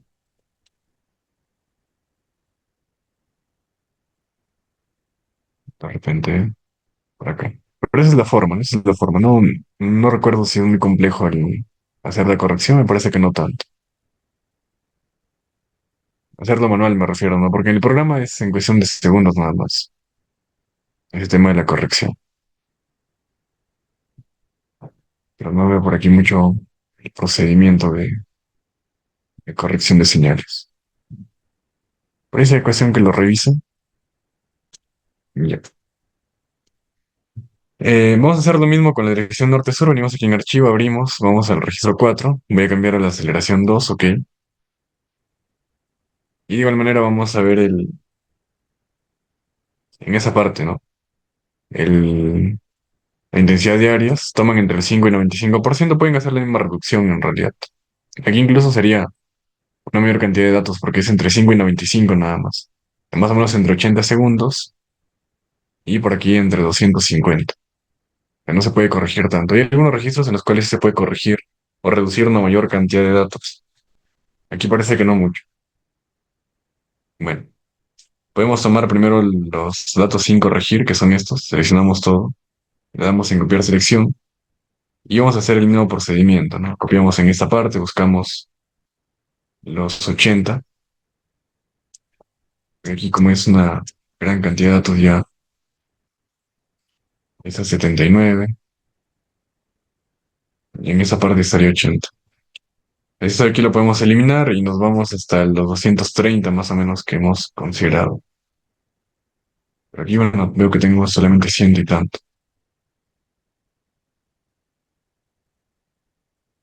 Ahora, no sé por qué no se pasó, ¿no? Porque debería tener más de 200 segundos, pero veo que tengo solamente 130. Creo que no lo he copiado. A ver, copiar.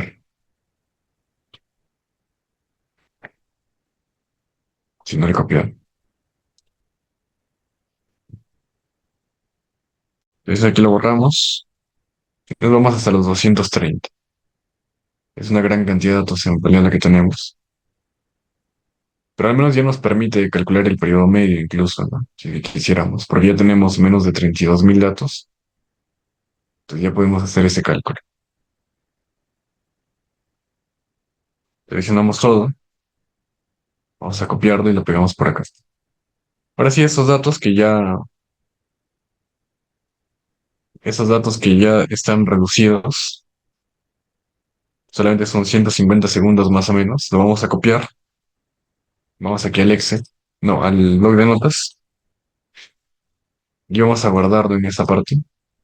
Y sería el registro 4 es norte-sur, lo voy a guardar ahí. Y ahora sí podemos hacer ya la verificación primero de que sí sea, eso puede ser tiempo, aceleración.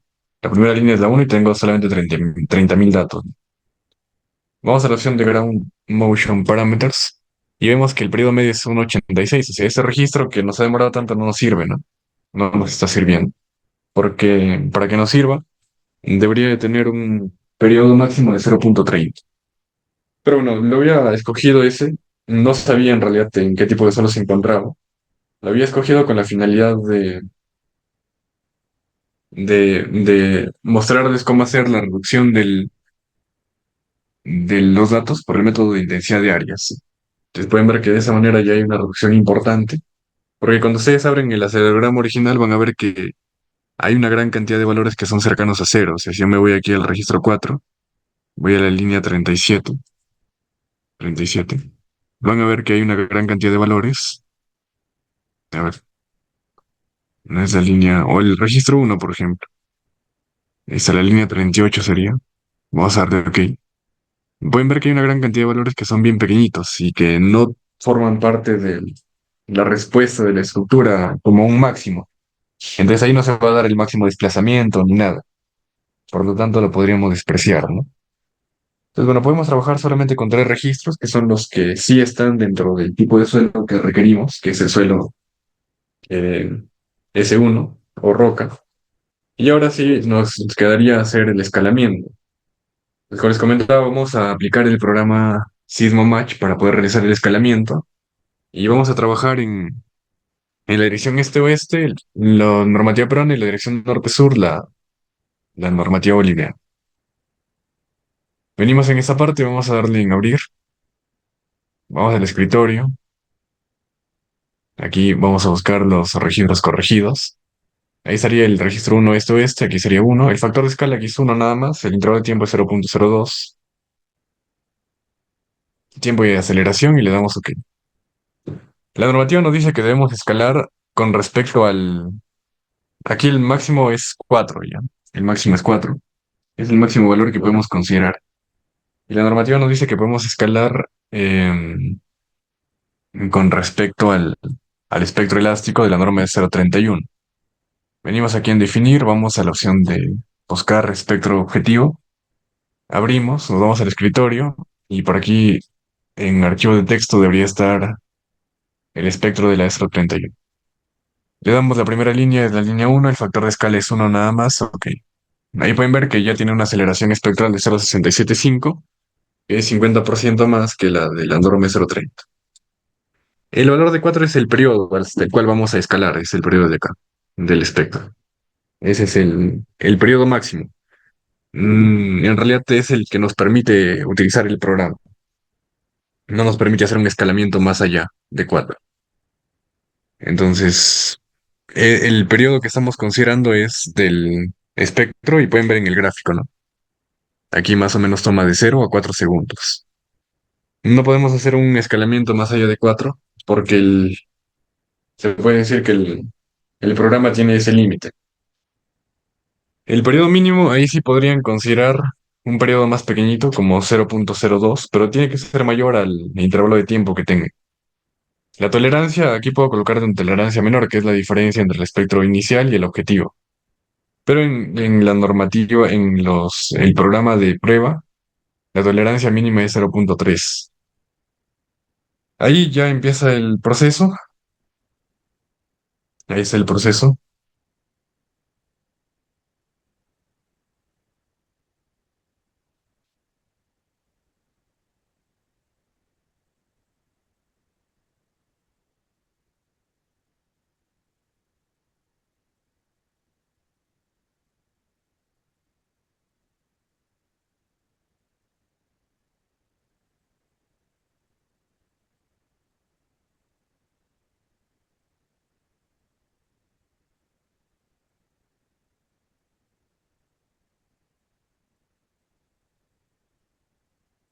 Ya. Y vemos que no converge, ¿no? Entonces ya es un problema.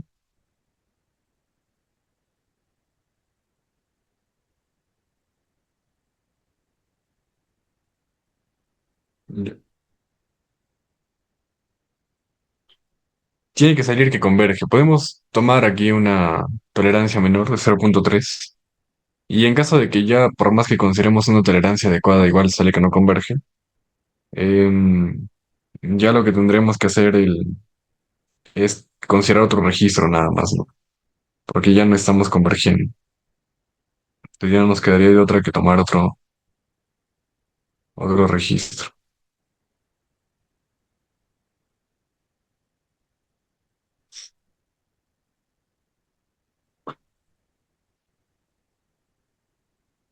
Entonces ahí esperamos un momento. Pero tiene que salir que ha convergido porque si es que sale que no converge significa que la diferencia es muy grande entre el espectro objetivo y el espectro inicial que tenemos. Ahí sale que no converge, ¿no? Entonces ya no podríamos utilizar eso. Yo me voy en esta parte, veo el espectro objetivo, tengo la señal original y ahí está el match. Ahora ustedes pueden analizar, ¿no? Porque puede ser que la no convergencia esté en esta zona. O sea, el programa me toma una diferencia de máximo 30%. En la normativa peruana, la S031 lo que nos dice es, y en las normas de aislamiento sísmico lo que nos indica es lo siguiente. Yo tengo un periodo de la estructura. Ese periodo de la estructura es más o menos 3.5 segundos. Entonces, mi estructura va a estar por aquí, en ese periodo. Entonces, yo debo de hacer una convergencia entre 0.2t, que sería 0.7 segundos, de más o menos entre 0.7, es por aquí, y 1.5t, que, bueno, se va hasta 4 aquí porque no tenemos más. Entonces, en ese rango de periodos, mi registro debe estar sobre el acelerograma. Entonces, yo gráficamente veo que si hay una convergencia.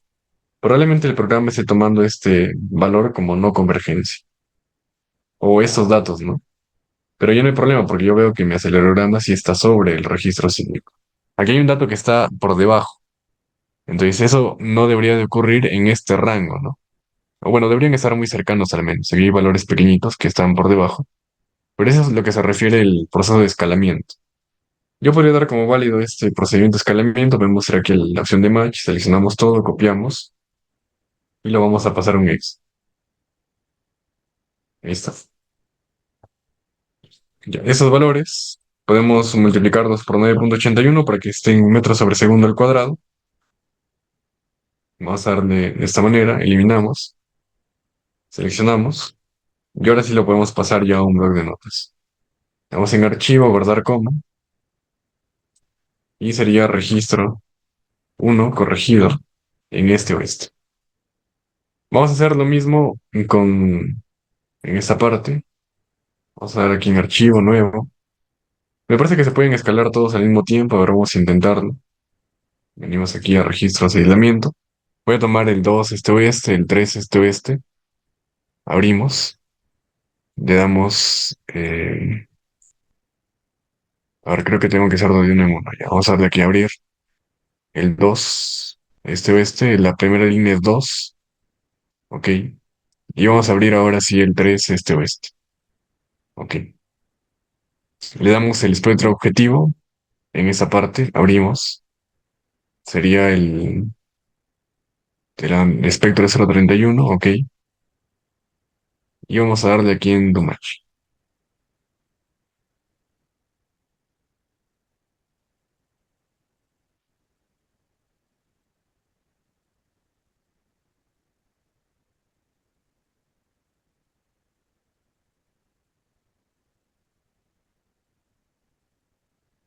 Sale el primero que ha convergido, ahí pueden ver.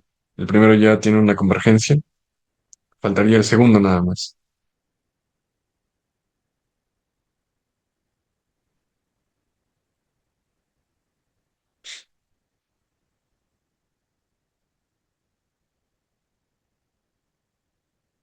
Y también tiene una convergencia. Así debería de salir, ¿no? Si es que está bien, el registro debe converger.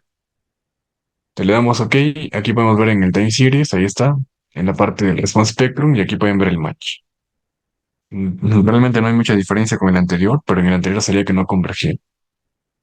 Por ahí seguramente internamente el programa hace un análisis de la diferencia porcentual, pero ahí pueden ver, ¿no? Ahí está la comparación también.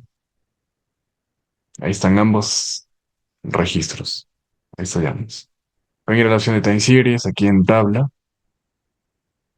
Y aquí tienen del primero y del segundo registro, ¿no? Es el registro 2 y el registro 3. Sí, ahí está. Bueno, podemos hacer lo mismo con la normativa boliviana. Vamos a ir aquí al registro 2. Vamos a darle en seleccionar todo, copiamos. Y lo voy a pegar por acá. Aquí lo eliminamos, sería ese valor por 9,81. Y el registro 3. Vamos a darle en seleccionar todo, copiamos. Listo. Y vamos a ver aquí en archivo, nuevo proyecto, ¿no?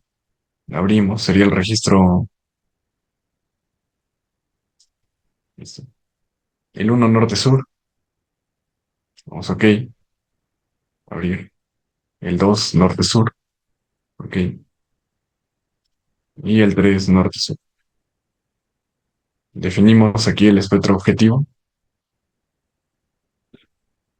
la norma boliviana, ok, y le damos un match.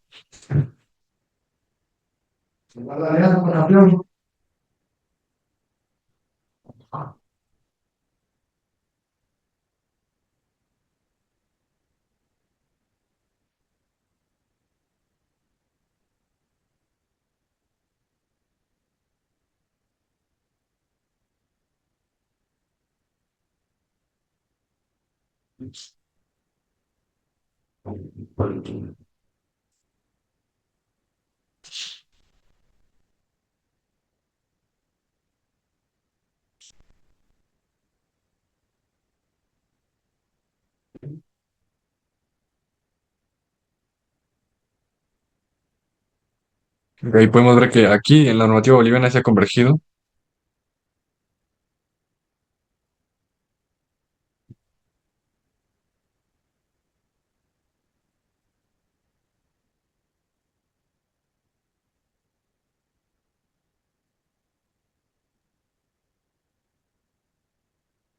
Ahí están.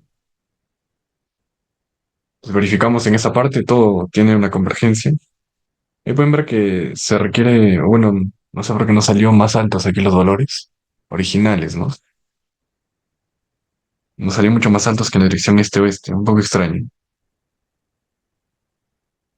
Vamos aquí al match, y ahí se puede ver, ¿no? Ahí está el escalamiento perfecto prácticamente que, que estamos logrando.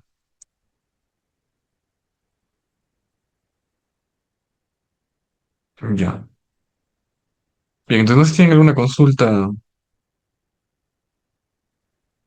hasta aquí.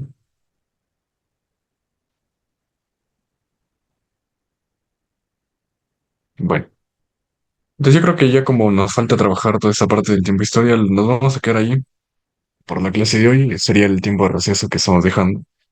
Y la media hora que está faltando, porque hemos empezado hoy día a las 6:50, prácticamente 8:50. Un poco más de 30 minutos. Ya lo dejo ahí porque para poder definir todo eso en el programa y poder pasarlo, va a demorar un poco. Ahí pueden ver la convergencia ya de la señal. Además, si tienen alguna consulta, podemos aprovechar estos minutos que nos quedan y si no, ya en la siguiente clase vamos a cargar todo el programa y proceder con hacer el análisis tiempo-historia para que vaya con secuencia, porque si empezamos ahorita ya no nos va a dar tiempo.